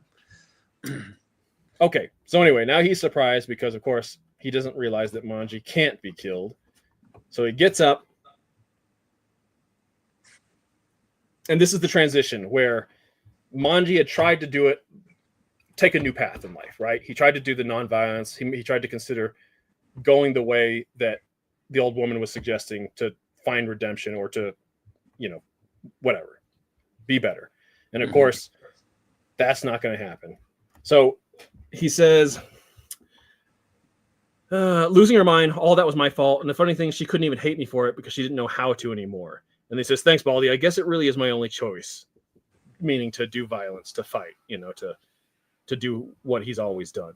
And then he says, all right, so you're going to fight me? And he says, I'll show you that I can still do 100. So keep your eyes on the blaze, buddy. See if you can count them. And I like this like classic. This is very much like a stylized element of the Japanese that I really love, where they have all this impossible stuff in their clothing. Like, like there's just no way that all those blades are stored anywhere inside and that he's moving as casually as. But I love that. Like there was a movie called Ricky O, a live action version so long ago, and it's a super violent movie, and I think it's based on a manga. But there was this character, they're in this like prison, and this character reaches into his kimono and he pulls out this like enormous wooden train engine. What are those called? What's the front of the train called? Caboose? Or no, the caboose is the back. I don't know. Locomotive. Is that it? Well, either way, the front of the train. He pulls out this enormous wooden toy at the front of the train, and it like as if he was just walking around with that. And I love that. And so like this is really cool when he's like, "Let me show you, all the stuff that I can do." Yep. Then kaboom, we get a super awesome panel. Now he chooses not to do stylish background for this, probably because he's got so much other information, which is all these different Manjis moving as fast as possible to annihilate this dude. That would be my guess. Yeah. And then we get the stylized background when the information simplifies in order to do the final maybe attack, maybe revelation of or the culmination of all of his attacks and stuff. And he managed to literally cut the emblem into his brain, into his head, which is awesome. It's super fun. I actually tried to think about like the reality of making those cuts, like the actual like effort that you would have to do in order to go like, but it's super cool. And he admits he couldn't keep track of all the blades. But we see that this hasn't made Manji happy, because of course his sister's still dead. Yep. And then he says, all right, a word to all the new friends I've made here today. I'm here to help you join your boss on the other side. When you get there, give him a couple flowers for me, okay? We were talking last week about Batman saying, oh, the engine. Jeff says it's just called the engine. Just scroll back up really quickly. Just like a nice little detail there is the guy's body is still all like collapsing panels later, Yes, like, yes. It's all either happening simultaneously or, right. Just good little storytelling. Yep. Absolutely. So we talked last week with the Batman family, issue 19, where Batman said, oh, Jeff also says locomotive or head end, apparently. But I was right about locomotive. Batman saying a bunch of not cool, like tough guy dialogue. But I don't mind this at all. when you get there, give him a couple flowers for me, okay? It's really not what I would expect a tough guy to say, but I don't think it makes him weak or funny or anything like that, right? Yeah. And I think part of the difference there is we know that Manji isn't just spouting hot air. Like, he just proved that he's gonna annihilate people, and he's saying, "I'm about to annihilate you," and we know for sure 100% he is. Where when Batman's saying something like, I don't know, I can't remember one of the funny things he said, but even though Batman can be a total badass, most of the time he's putting on a show. Sure. And that's why it doesn't come off cool when he says some pretty lame stuff. Yeah. Everybody knows there's a limit. Yeah, exactly. So he rushes forward, or they rush forward, and now the battle's begun, and we just get a nice sound effect, and the back of Manji, which is, a little bit of effort, and then you get the confirmation, the context to know that, yes, he's walking away from camera, moving forward. So we get the whole battle cut out in a simple sound effect, and then the aftermath as he moves home, or returns back anyway to the old lady. And then, yes, I forgot it. That is so cool. So first of all, what a super cool page. Yeah. And then the revelation that he doesn't even have his leg anymore. That he had to carry it home with him. Like, that's fantastic.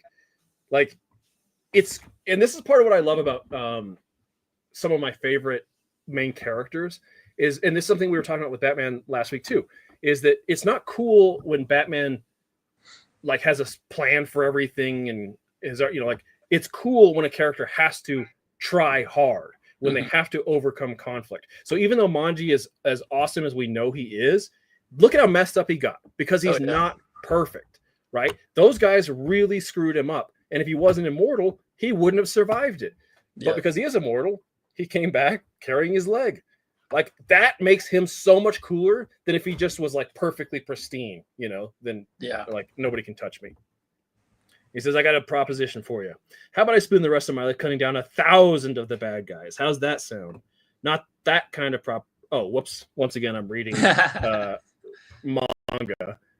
She says, and you never looked handsomer, young man. He says, not that kind of proposition. A couple years back, I killed 100 good guys, including Machi's husband.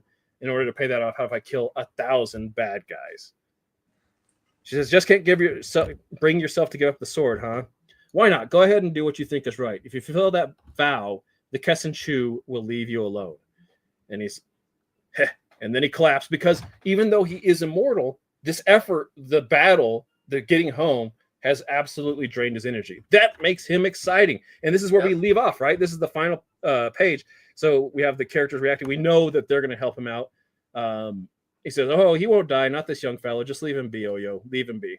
So chapter 1, we get a really great establishment of the character. Manji, our main character, we know who he is. We now know where he came from, what he wants, right? And we have a strong motivation in the death of his sister to drive him forward into this path, right? Like, we got a moment where he considered trying to do it the other way and what that cost him. And now we know that fire is going to fuel him to take down these 1,000 bad guys. And I'm excited. I want to see all 1,000 battles. Every one of these guys I want to see him take down. And go ahead. They're so good. Yeah, I'm excited. And you've, of course, read a bunch of it. Have you read the whole series? I have, yeah. Okay. So then the answers to the question right here. So when she says, if you think, do what you think is right, if you feel this vow, the Kessin Chu will leave you alone. That immediately makes me wonder, like, because she's the one who put him in it, is she saying that somehow they'll know at the moment that he does that? Or is she going to have to remove them, undo whatever she did to him or something? It just raises a question right off the bat of like, what are, it makes me want to know, what are these Kessin Chu?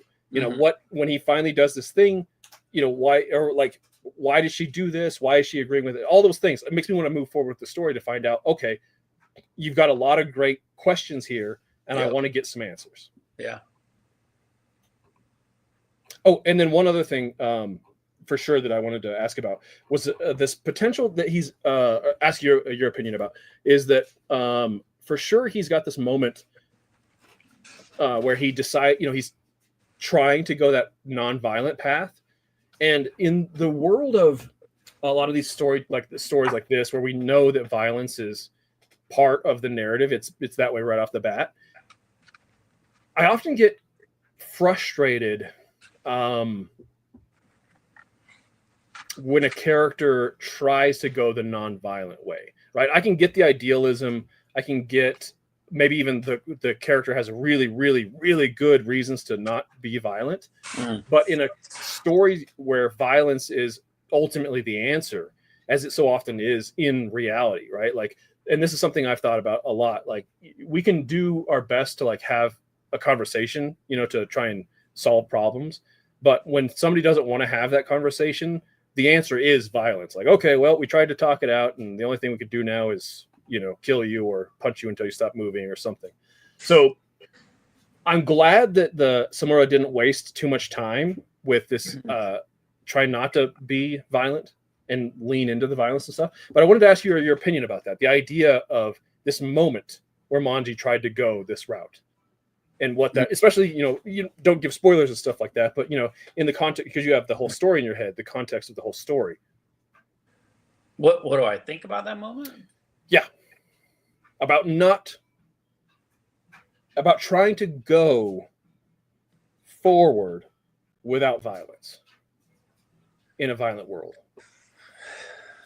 Well, I mean, it's like you said, like, that can be, for me, stuff like that is like, it is frustrating. Or like another one that's like very common, right? Is like you have your two characters that are eventually gonna get together and date or whatever, and it just becomes like this sort of like easy setup to kind of like draw out to keep people interested. Like, oh, is it gonna happen this time? Like, is it?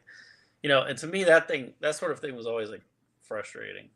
I actually like didn't remember that moment. And I'm glad he didn't draw it out, Yeah.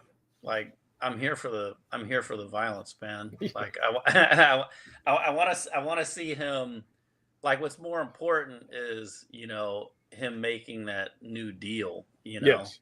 Like, man, I kill 1,000 bad guys. Like, I'm done, So you don't need to draw it out. You don't, I don't really want, and I don't think that's who he is, Like, I mean, he didn't try that hard.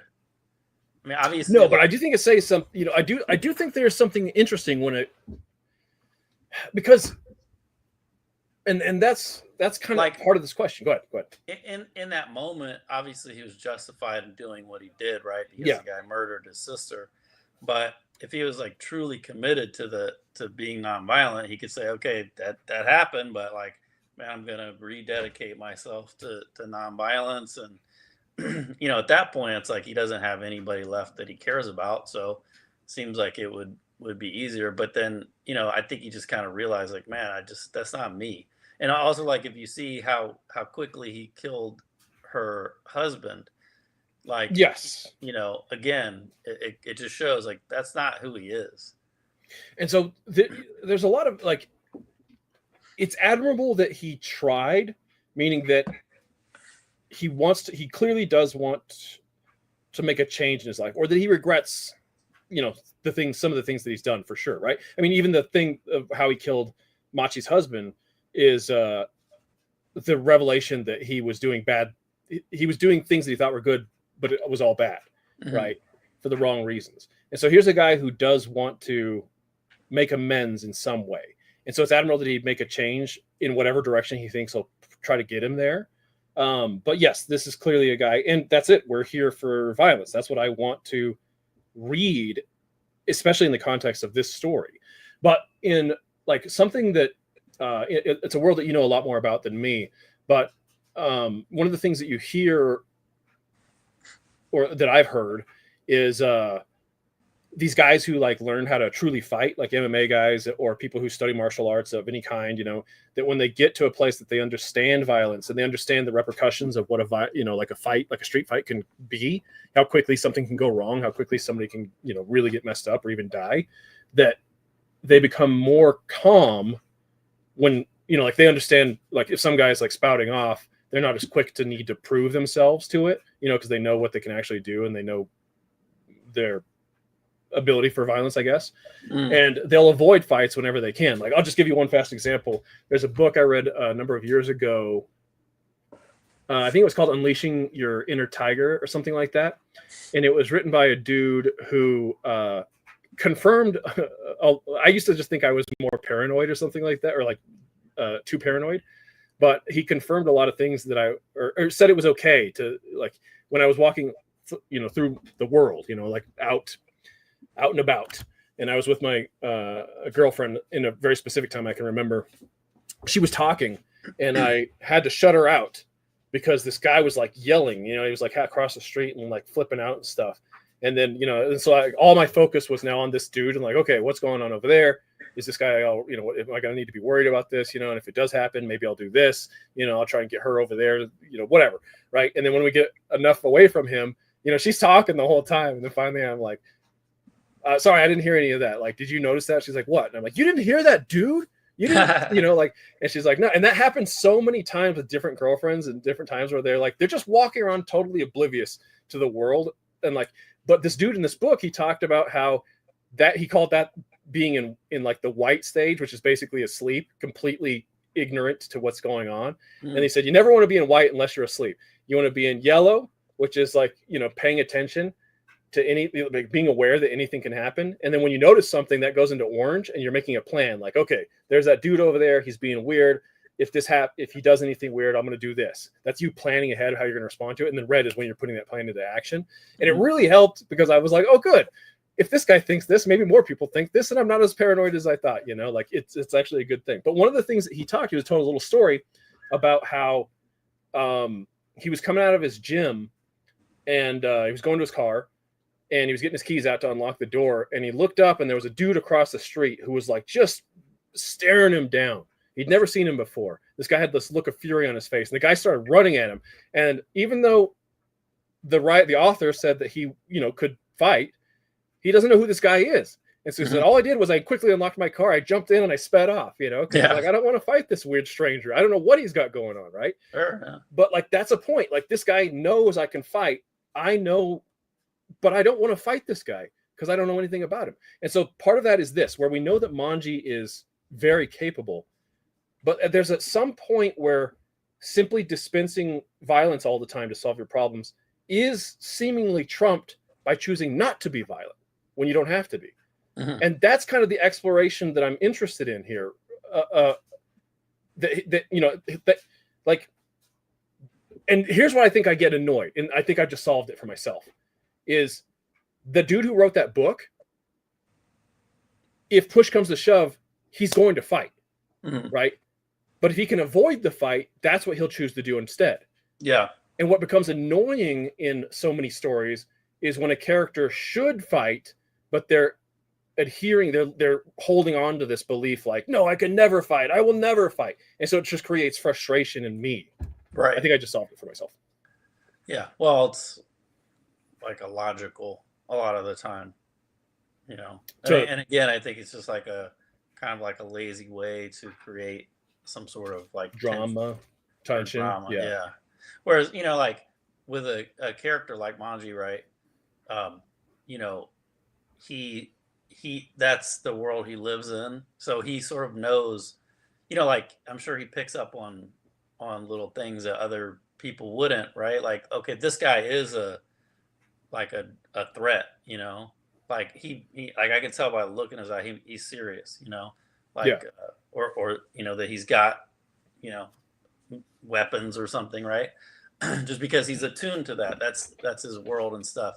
So he probably knows, like, okay, this I might have to actually, like, you know, get into a sword fight or whatever. Whereas like this guy, maybe he's just drunk or something and he's just being loud, but he's not really like threatening, you know? Yes. So I think he's attuned to that, right? Yes. So let me last little question in this direction. I'm just curious about your personal beliefs on this.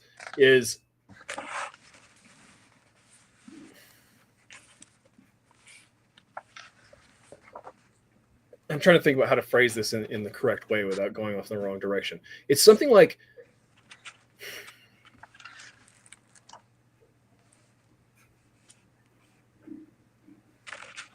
where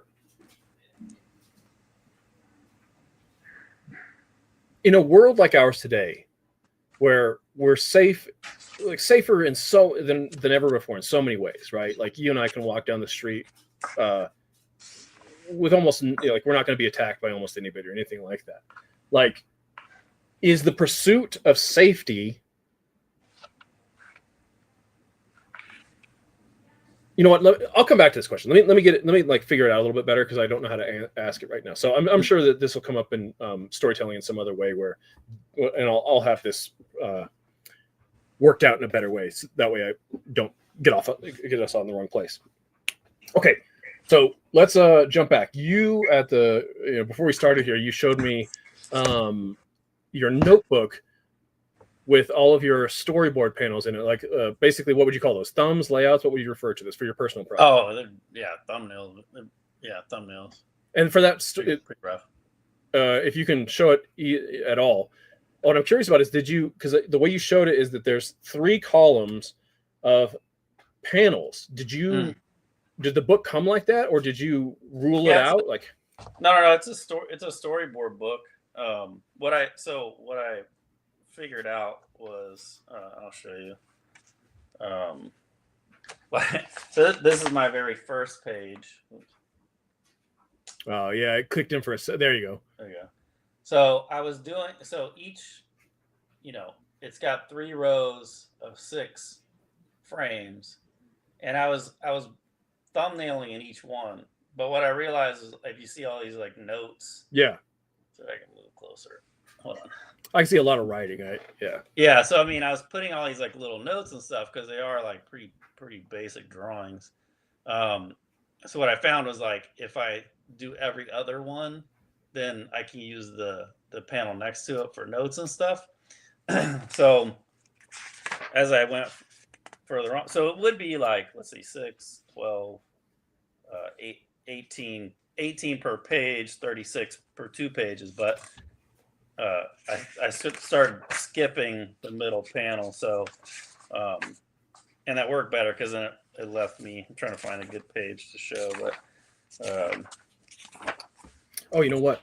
Since we don't need this, I can maybe that way. Yeah. So I realized that, if I leave my middle one open, then I can put my notes and stuff in there. Mm-hmm. So I board here, put my note here, then go to this one, board here, put my note here, or like additional movements kind of thing. Just from like looking at like storyboarding books and stuff, I figured it out after like the first page or whatever. So yeah. And man, so I used to do this for like studies. I use this book for studies and stuff like this Akira. Yeah, I was gonna say I can see Akira already. Yeah. So then I started here, and it just so happened that like the length of the story left me with like I finished here and I had 1 blank page left. Like it just worked out perfectly. Wow. Yeah, I was curious if you were gonna have to go into a whole nother book in order to keep telling it. Yeah, but no, it worked out perfectly. So yeah. So that's now they're all in Storyboard Pro, and what did you do? Did you scan, or how did you scan the pages? Yeah, I scanned them in, and then just put them all into a story. And I can show. I mean, maybe not today, but I can show that stuff. Put it all into Storyboard Pro. The first act I have all broken up now, so you can kind of flip through it, and like I can tell what's going on. And yeah, you sort of tell what's going on with certain sequences that are a little more worked out. But yeah, I did that, and then I was telling you I have like a ton of like characters to design and backgrounds and stuff.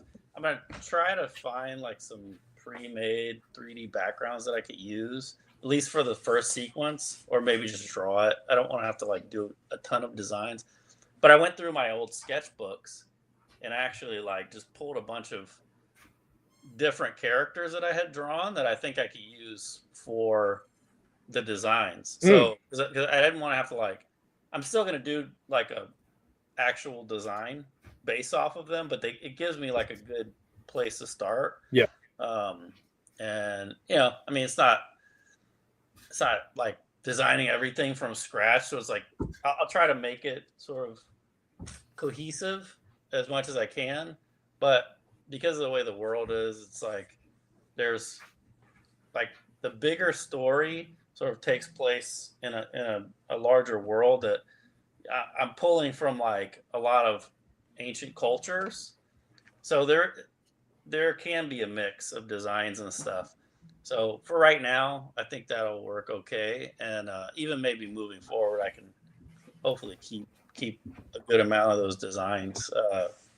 That I think they'll work for the story, even moving forward. Hopefully. Now, when you said try to find like some 3D models for environments, what type of environment are you like? What's your first scene? Is it urban? So, Is it? No, it's like it's a kind of like a wooded area, you know. So just organic, wooded area with like some clearings. Yeah, that seems like very realistic. That it Yeah, doesn't have to be that distinct. yeah, Whoop. yeah. And yeah, what my plan is, because it ended up being a little bit like it's gonna be it might be like a full episode. I was thinking it would be around 10 or 12 minutes, but I think it might be closer to 20 or 30 minutes. Wow. Maybe I'm not sure still. But I think if I just do the first act, it's got enough of like sort of character interactions plus action and like its own little sort of contained story. I think it's there's enough there that it will show a range, and I think I could do that in a decent amount of time, and then start to use that to look for like paying work, and then while I also, because I was like, man, this is longer than I thought, and I don't know how long it's going to take me, and it started to stress me out. And then I'm like, man, I think I could use just this first act A for like a portfolio, And when you say a decent amount of time, what do you like? What's decent to you? Like for the whole thing? Well, either way, or just let's say Act A. I don't know. I mean, Act A is 120 scenes. Still have to do the designs. Still have to, record some dialogue, which I think will be quick. Maybe I'll have you do a voice for. Okay. Yeah. I mean, I haven't like fully decided yet. There's not like a ton of dialogue, but there's some, and I want to have that in there, and maybe add some music and stuff. And I still have to board it. There's still quite a lot that like I need to figure out, and I want to like, as I'm boarding it, I want to like, be looking at other stuff and trying to level up and get better at the action stuff. So I don't know, man. I don't want to like rush through it. I want to try to make it as good as I can, and it is a smaller chunk now. So yeah, I don't know, 110 scenes, like there's two action scenes in that, and then a couple sort of just more like character moments, which is basically all you would need for a portfolio for an action show, right? Like, because that's what you're going to bounce between. You're going to have your drama basically, and you're going to have your action. Yeah. So yeah, I mean, there's like I don't know. I tried to find, because like part of it is on like takes place on like an airship, and I tried to find some models for that. I don't know if I'm actually going to be able to find that, or if I just might just have to draw it out, which could take a little bit longer. But yeah, I don't know. So it depends on that. It depends on how long it takes me to like do the action parts. And just to throw it out there, like a lot of people um, the modern world of storyboarding, so often that's what we have is we have the 3D models for our environments and stuff, Mm-hmm. right? Like, so that's just part of the normal world. It's not something you're doing uniquely for your project. Yeah, yeah. I mean, like the thing is, like eventually I would like to do something a little more finished with it.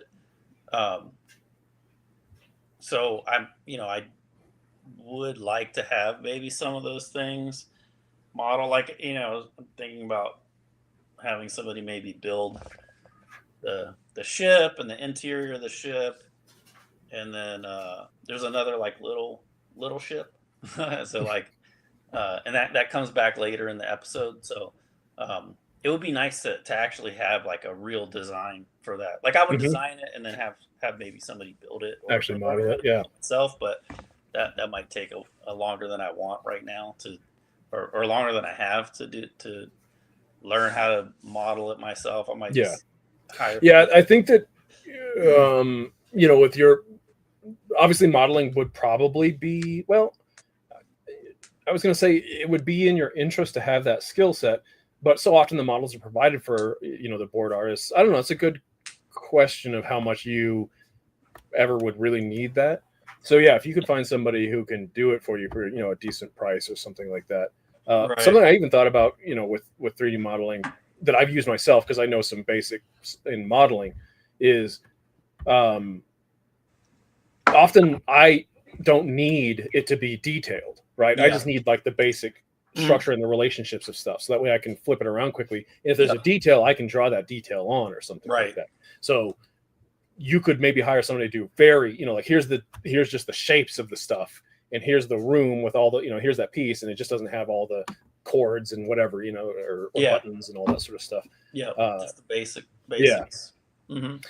Something to move around, and like I might be able to just find something that's already like that. Yeah. Um, I don't know. I looked a little bit yesterday, uh, but I didn't find anything that was like great. Yeah. Yeah. That's part of the trouble when you're finding stuff that isn't been designed for what your intentions are. So often, yeah. I don't know. It is a trick or a tricky situation of like making do and really maybe having to compromise sometimes, Hmm. as opposed to having to put that effort in to try and track somebody down who will make what you're actually looking for. And that's Right. something I've been thinking about a lot, because even like in the comic books and stuff that I've been doing. Um, what I want to do for Powerstars, for example, is I forgot the name of it. It's when's the last time you watched 2008 Incredible Hulk with Edward Norton? Oh, I don't know. All That's right, the well one you with the might abomination. recall, yeah, the one with the not great attempt at bomb. I prefer Abomination to look like how he looks in the comics. I want Yeah. my reptilian fish Abomination. Yep. Uh, so that's my criticism there. But that movie, you might recall, starts with Bruce Banner in Brazil, I'm Hmm. pretty sure. And I don't remember the name. I jotted it down because I was like, oh, that's perfect reference for how all of the houses and buildings are like stacked and like on, The but they're also like favela. all, was that? The favelas. That's it. That's the name. I'm pretty sure. I think you're exactly right. How I am all right. of the structures are so close together with these little walkways and sidewalks and staircases, and it's Yeah. all stacked up. That's what I want Lava Law to be like. Mm. And yes, I could draw that myself over and over, but I want some consistency. So what I would love to do is get an actual model of a location like that, of how all of the buildings are in relation to one another. That way, when I flip around the city, I can easily be like, okay, yeah, that's where that section is, and that's Yeah. how that stairway will look, and all that sort of stuff. Oh And yeah. in that case, I don't want, if I were to hire somebody, I don't need them to do. I just need really simple geometry, right? Just here's all the shapes of those buildings. Here's their relation to one another. Here's where they're at in the context of the entire volcano. Yeah. Well, it's complex. I've drawn, so it's on my Instagram. Um, thought I had it here. The favelas, some of them. Oh no, you didn't find it? It's in a different place, but No, it's just sketching just for fun. yeah, I actually did it because like the background of like a illustration thing that I was doing had that in there. So I was like, let me do a study of it to kind of get an idea of what it's Yeah, what yeah, because it it's looks so especially for the places that I've lived. You know, a lot of like rural parts of America. It's just hard for my brain to understand the relations of those little spaces. And just while we're talking about it, the on Webtoons, I just found this story called. You know what Webtoons is? Yeah. Okay, so I found this story called Ant, and it's I'm pretty sure based in Korea, and the sort of like lower income area that the characters are living in is extremely similar. And I was like, oh, cool. So you know, if you have multiple possible directions to try and find inspiration for how to Yeah. get the environment that I'm looking for. Have you seen? So it was a real place. There was a movie, and it's based off of a manga, maybe. But Kowloon, Walled City. Oh, yes, I have heard of that place. I saw some photos of it. Like, isn't it all like, isn't it basically like a slum that was built up? Is that the place I'm thinking of? Or are we talking about two Well, different things? yeah, I'll send you this. I'll send you this a link to this video. There's this YouTuber that's like, I think she's an architect, but she did like a whole video about it. Oh, And cool. yeah, it was like I can't remember like the entire history of it, but basically like this, all the buildings kind of organically became attached, and like, you know, they all shared electricity, and Yeah, that's the place I'm thinking of. it I don't was know if it's appropriate to call it a slum, but that's the vibe I remember thinking, that it was built up of sort of like a real, like it wasn't intended to be yeah, anything. it became like a, like just an organic thing, and it was all interconnected, you know. Yeah. So Yeah, I yeah, remember seeing but yes, please send me that because I would still super dig watching it. But I remember seeing some photos of like a dentist's office that was built up inside the place, you know, oh yeah, and just the the realities of movie is cool too. Like, I thought it was gonna be maybe, yeah, I would check that out if you can find it. absolutely. Walled City. I think it's just called that. Um, but yeah, it's pretty cool. There's some like really ridiculous like action and like cool characters, you know. Because like I said, I think it's, I don't know if it's a manga or if it's like a Chinese like equivalent of manga. Yeah.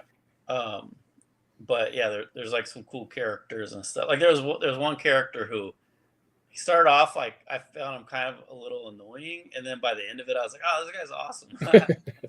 So It's yeah, an animated movie. no, it's a live action. Oh, okay, cool. Yeah, awesome. Yeah.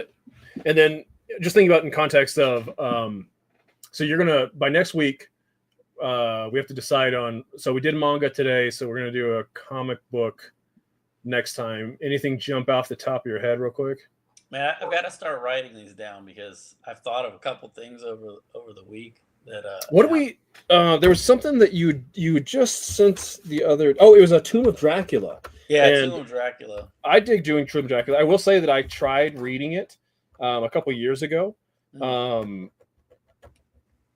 So I am a little, but I don't remember much of anything about it. So if you want to do Tomb of Dracula, oh, we could. I mean, what made me think of it is like another like comic YouTube channel just did a thing about it. So I was thinking like maybe hold off on that one. Oh, so that way we're not just because, riding their coattails. I mean, like I said, I think you might have seen it, but you know, they sort of focus more on the art side of it.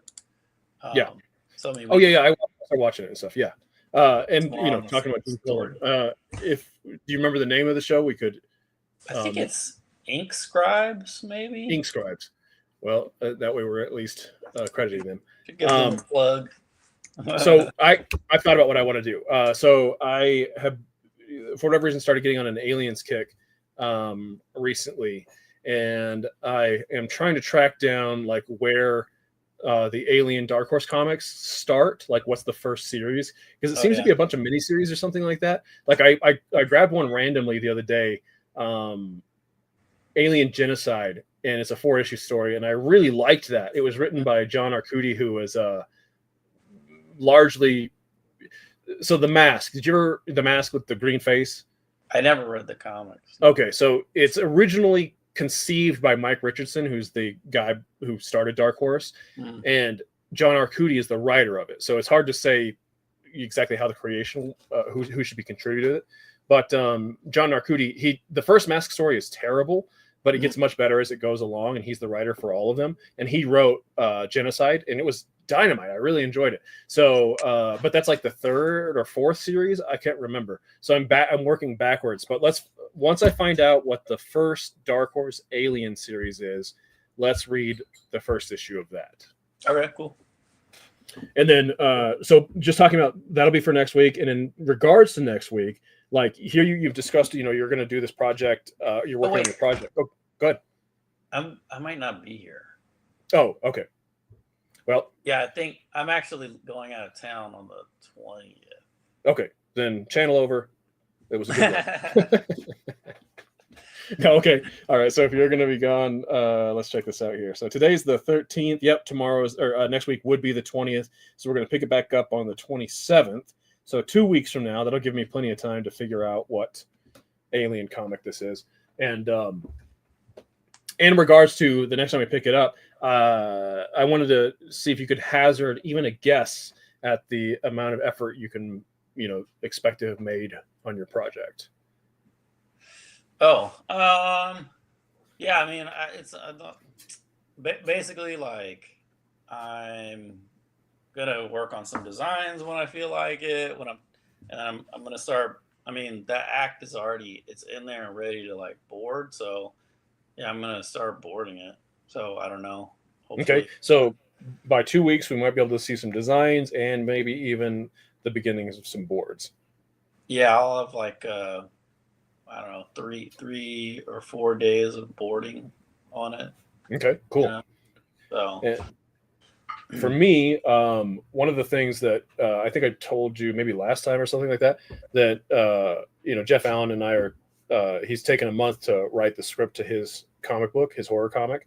And I initially was taking that same month to write the script to my horror comic, but I have shifted gears a little bit to truly give Powerstars every possible route it can go. So like talking about Webtoons again, I had always avoided Webtoons, one, because I created Powerstars to be for print, to work on a landscape 2-page format. And have you ever read any Webtoons? Webtoons, I haven't, but it's okay.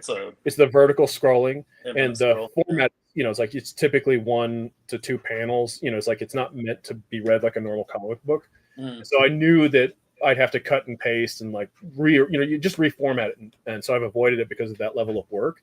And then on top of that,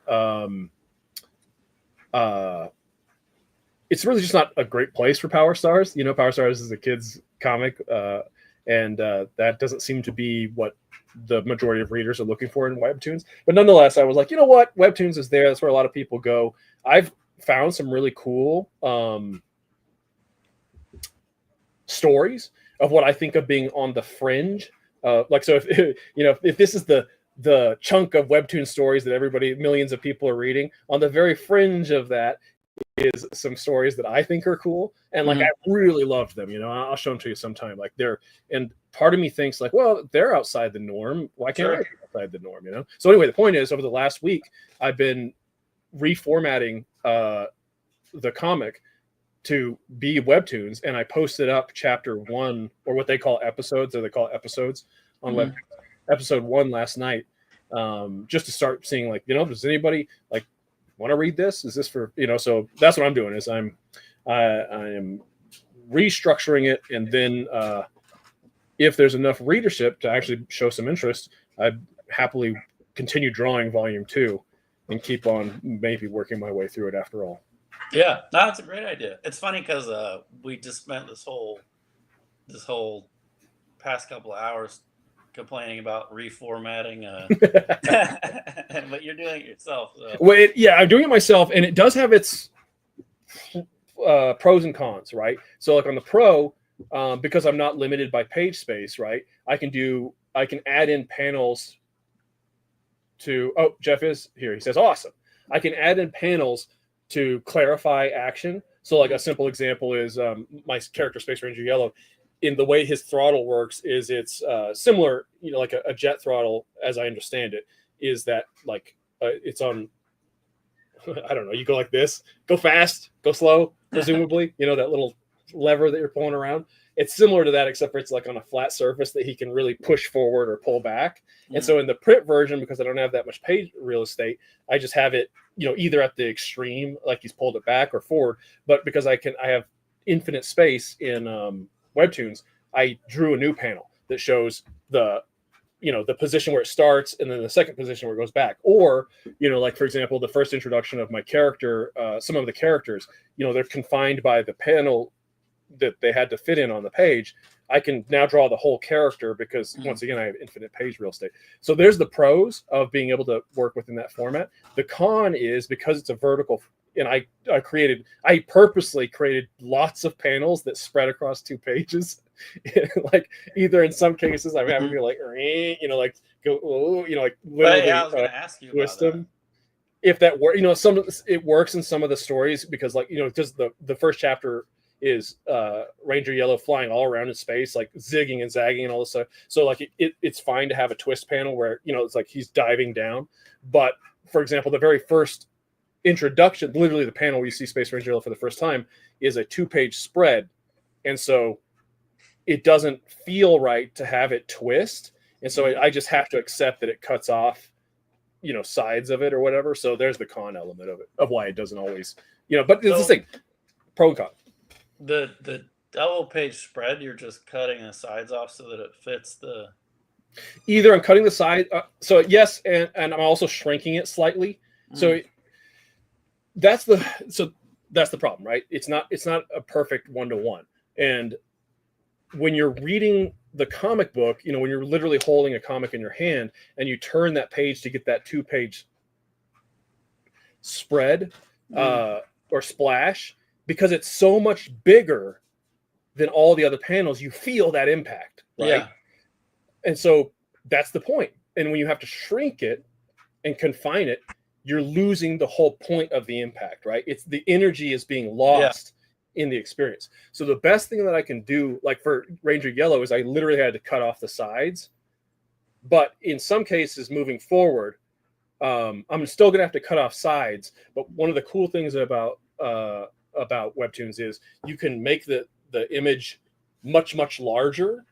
So instead of having a strong vertical landscape, or a long landscape experience, you literally might have to scroll a little more than usual to get the sense of how big this moment is, right? So like if a normal panel would fit on the screen and you want to make something more impactful, you might have it go off screen so that way somebody literally has to scroll like, holy cow, look at how big that thing is, or oh wow, he's really socking that guy good, or something like that. So that's a way of trying to get that sense of intensity that a normal 2-page splash would have.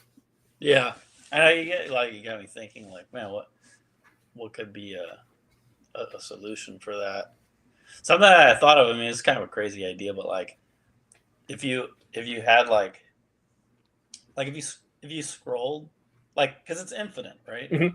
So if you had like a character transformation, you could almost have like basically. Well, you could if you scroll quickly through like the thing, you could do like an animated. You do like an version transformation thing. Yes.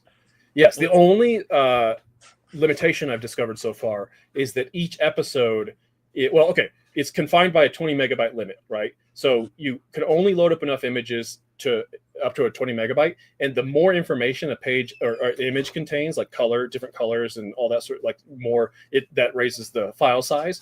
And so the only thing you'd have to do is either dedicate that there wouldn't, that would be like the spectacle of that episode, is like depending on how much information it eats up, because this is part of what's exciting about it, is that, and this is what I dig about creator-owned storytelling at all, or whatever. It doesn't matter if you're doing it through Image Comics or Webtoons or whatever, is that you live and die by your own work. right? So each episode needs to be good for the reader to continue to read, right? And so what you just described is extremely exciting. And if that was all that, like if that was the majority of that episode, which is the cool transformation, you know, like you've given them this like sort of spectacle, they're like, whoa, that was so cool. And they can move on to the next chapter where the narrative continues to, you know, go back up. Jeff Allen says, just download the app and found it. I thought it might be horribly difficult to find, but nope. And I'm glad to hear that. It's easy to find Powerstars on Webtoons. That said, though, Jeff, because Webtoons operates in two ways. It has what's called originals and Canvas. So originals is their like true product. That's who they pay those creators to make that. And then Canvas is anybody in the world can load up their story to Canvas, which is where most people start. They load their up the story to Canvas, and then it, you know, if it gets popular enough, then Webtoons reach out and say, hey, do you want to publish that with us? You know, we'll buy the story and all that. Yeah. And so I'm curious, Jeff, did you have to purposely click on Canvas in order to find Powerstars, or did it bring it up without you having to shift between the two places? I don't know what the proper term would be. We'll see if he responds to that. He's probably left already. Okay, so anyway, by the time we get back to in 2 weeks, you're going to have made progress on your storyboards, and I'm going to have hopefully loaded up a variety of episodes. And I will tell you, as of loading it up last night, like I literally put no effort in. You know, like I just loaded it up and boom. Already somehow 12 people found it, and 3 people subscribed to it. So that was nice. So you just loaded up like a PDF? You load up you load up pings or JPEGs, and so they give you the formats, which is 800 by 1280. Jeff Allen says nope, so presumably he didn't have to do any work, and it got him the canvas. So that's cool. That's cool that it searches both libraries, I guess. That's cool. So it gives you the page dimensions because it's, even though it's an infinite scroll, you're still loading up basically pages that just stitch together if you do your job. You know, so like if you have those long scrolling images, or like the transformation you described, you'd have to prep that. But it'll do it on its own, which is pretty cool. There's system, you just load the file in it automatically. But now you're gambling with it and doing it correctly. But so I got the dimensions, which was 800 pixels by 1280, and I went through and I cut all of my stuff to fit that format so it would splice together seamlessly. And so you're just loading up a series of pings, and each episode, like I said, is 20 megabytes in limit. Typed in Powerstars into the search bar and it came right up. Fantastic. That's super exciting. And it works so easily. That's really great. So what 20 megabytes, what does that break down to in terms of like page count? So let me just go to my episode 1 real quick. So I did pings, and in total, so I have 23 pages, and in total they all add up to 10 megabytes. Now that's, but because Powerstars has a ton of color in it, those are, usually nearly 1 meg per page. So if you have simpler, like if you do black and white, or if you do limited color, you're going to be way more. So ultimately, you can do quite a bit with 20 megabytes. Okay. Interesting. Yeah, that's cool. Yeah, it's been super exciting. I'm hoping to see that's just finally the opportunity to see how people actually even respond to the story, because it doesn't take, like, they don't have to pay. They don't have to, just a matter of whether or not they read it. So it's 100% is your story compelling to people or not? Post a link to that. Yeah, good point. That's a good idea. I will do that. Or like give the link out or something, Yeah, I'll put it in the description to the video. I'll do that after we're done here. Okay, so we'll have quite a bit in 2 weeks, and I'm excited to read this Aliens comic. Yeah, let me know what it is. Yeah, once I find out. Okay, hopefully this was as fun for everybody as it was for me and you. I hope it was more fun. It was a little painful for me. Yeah. All right. See you later. All right. Take it easy.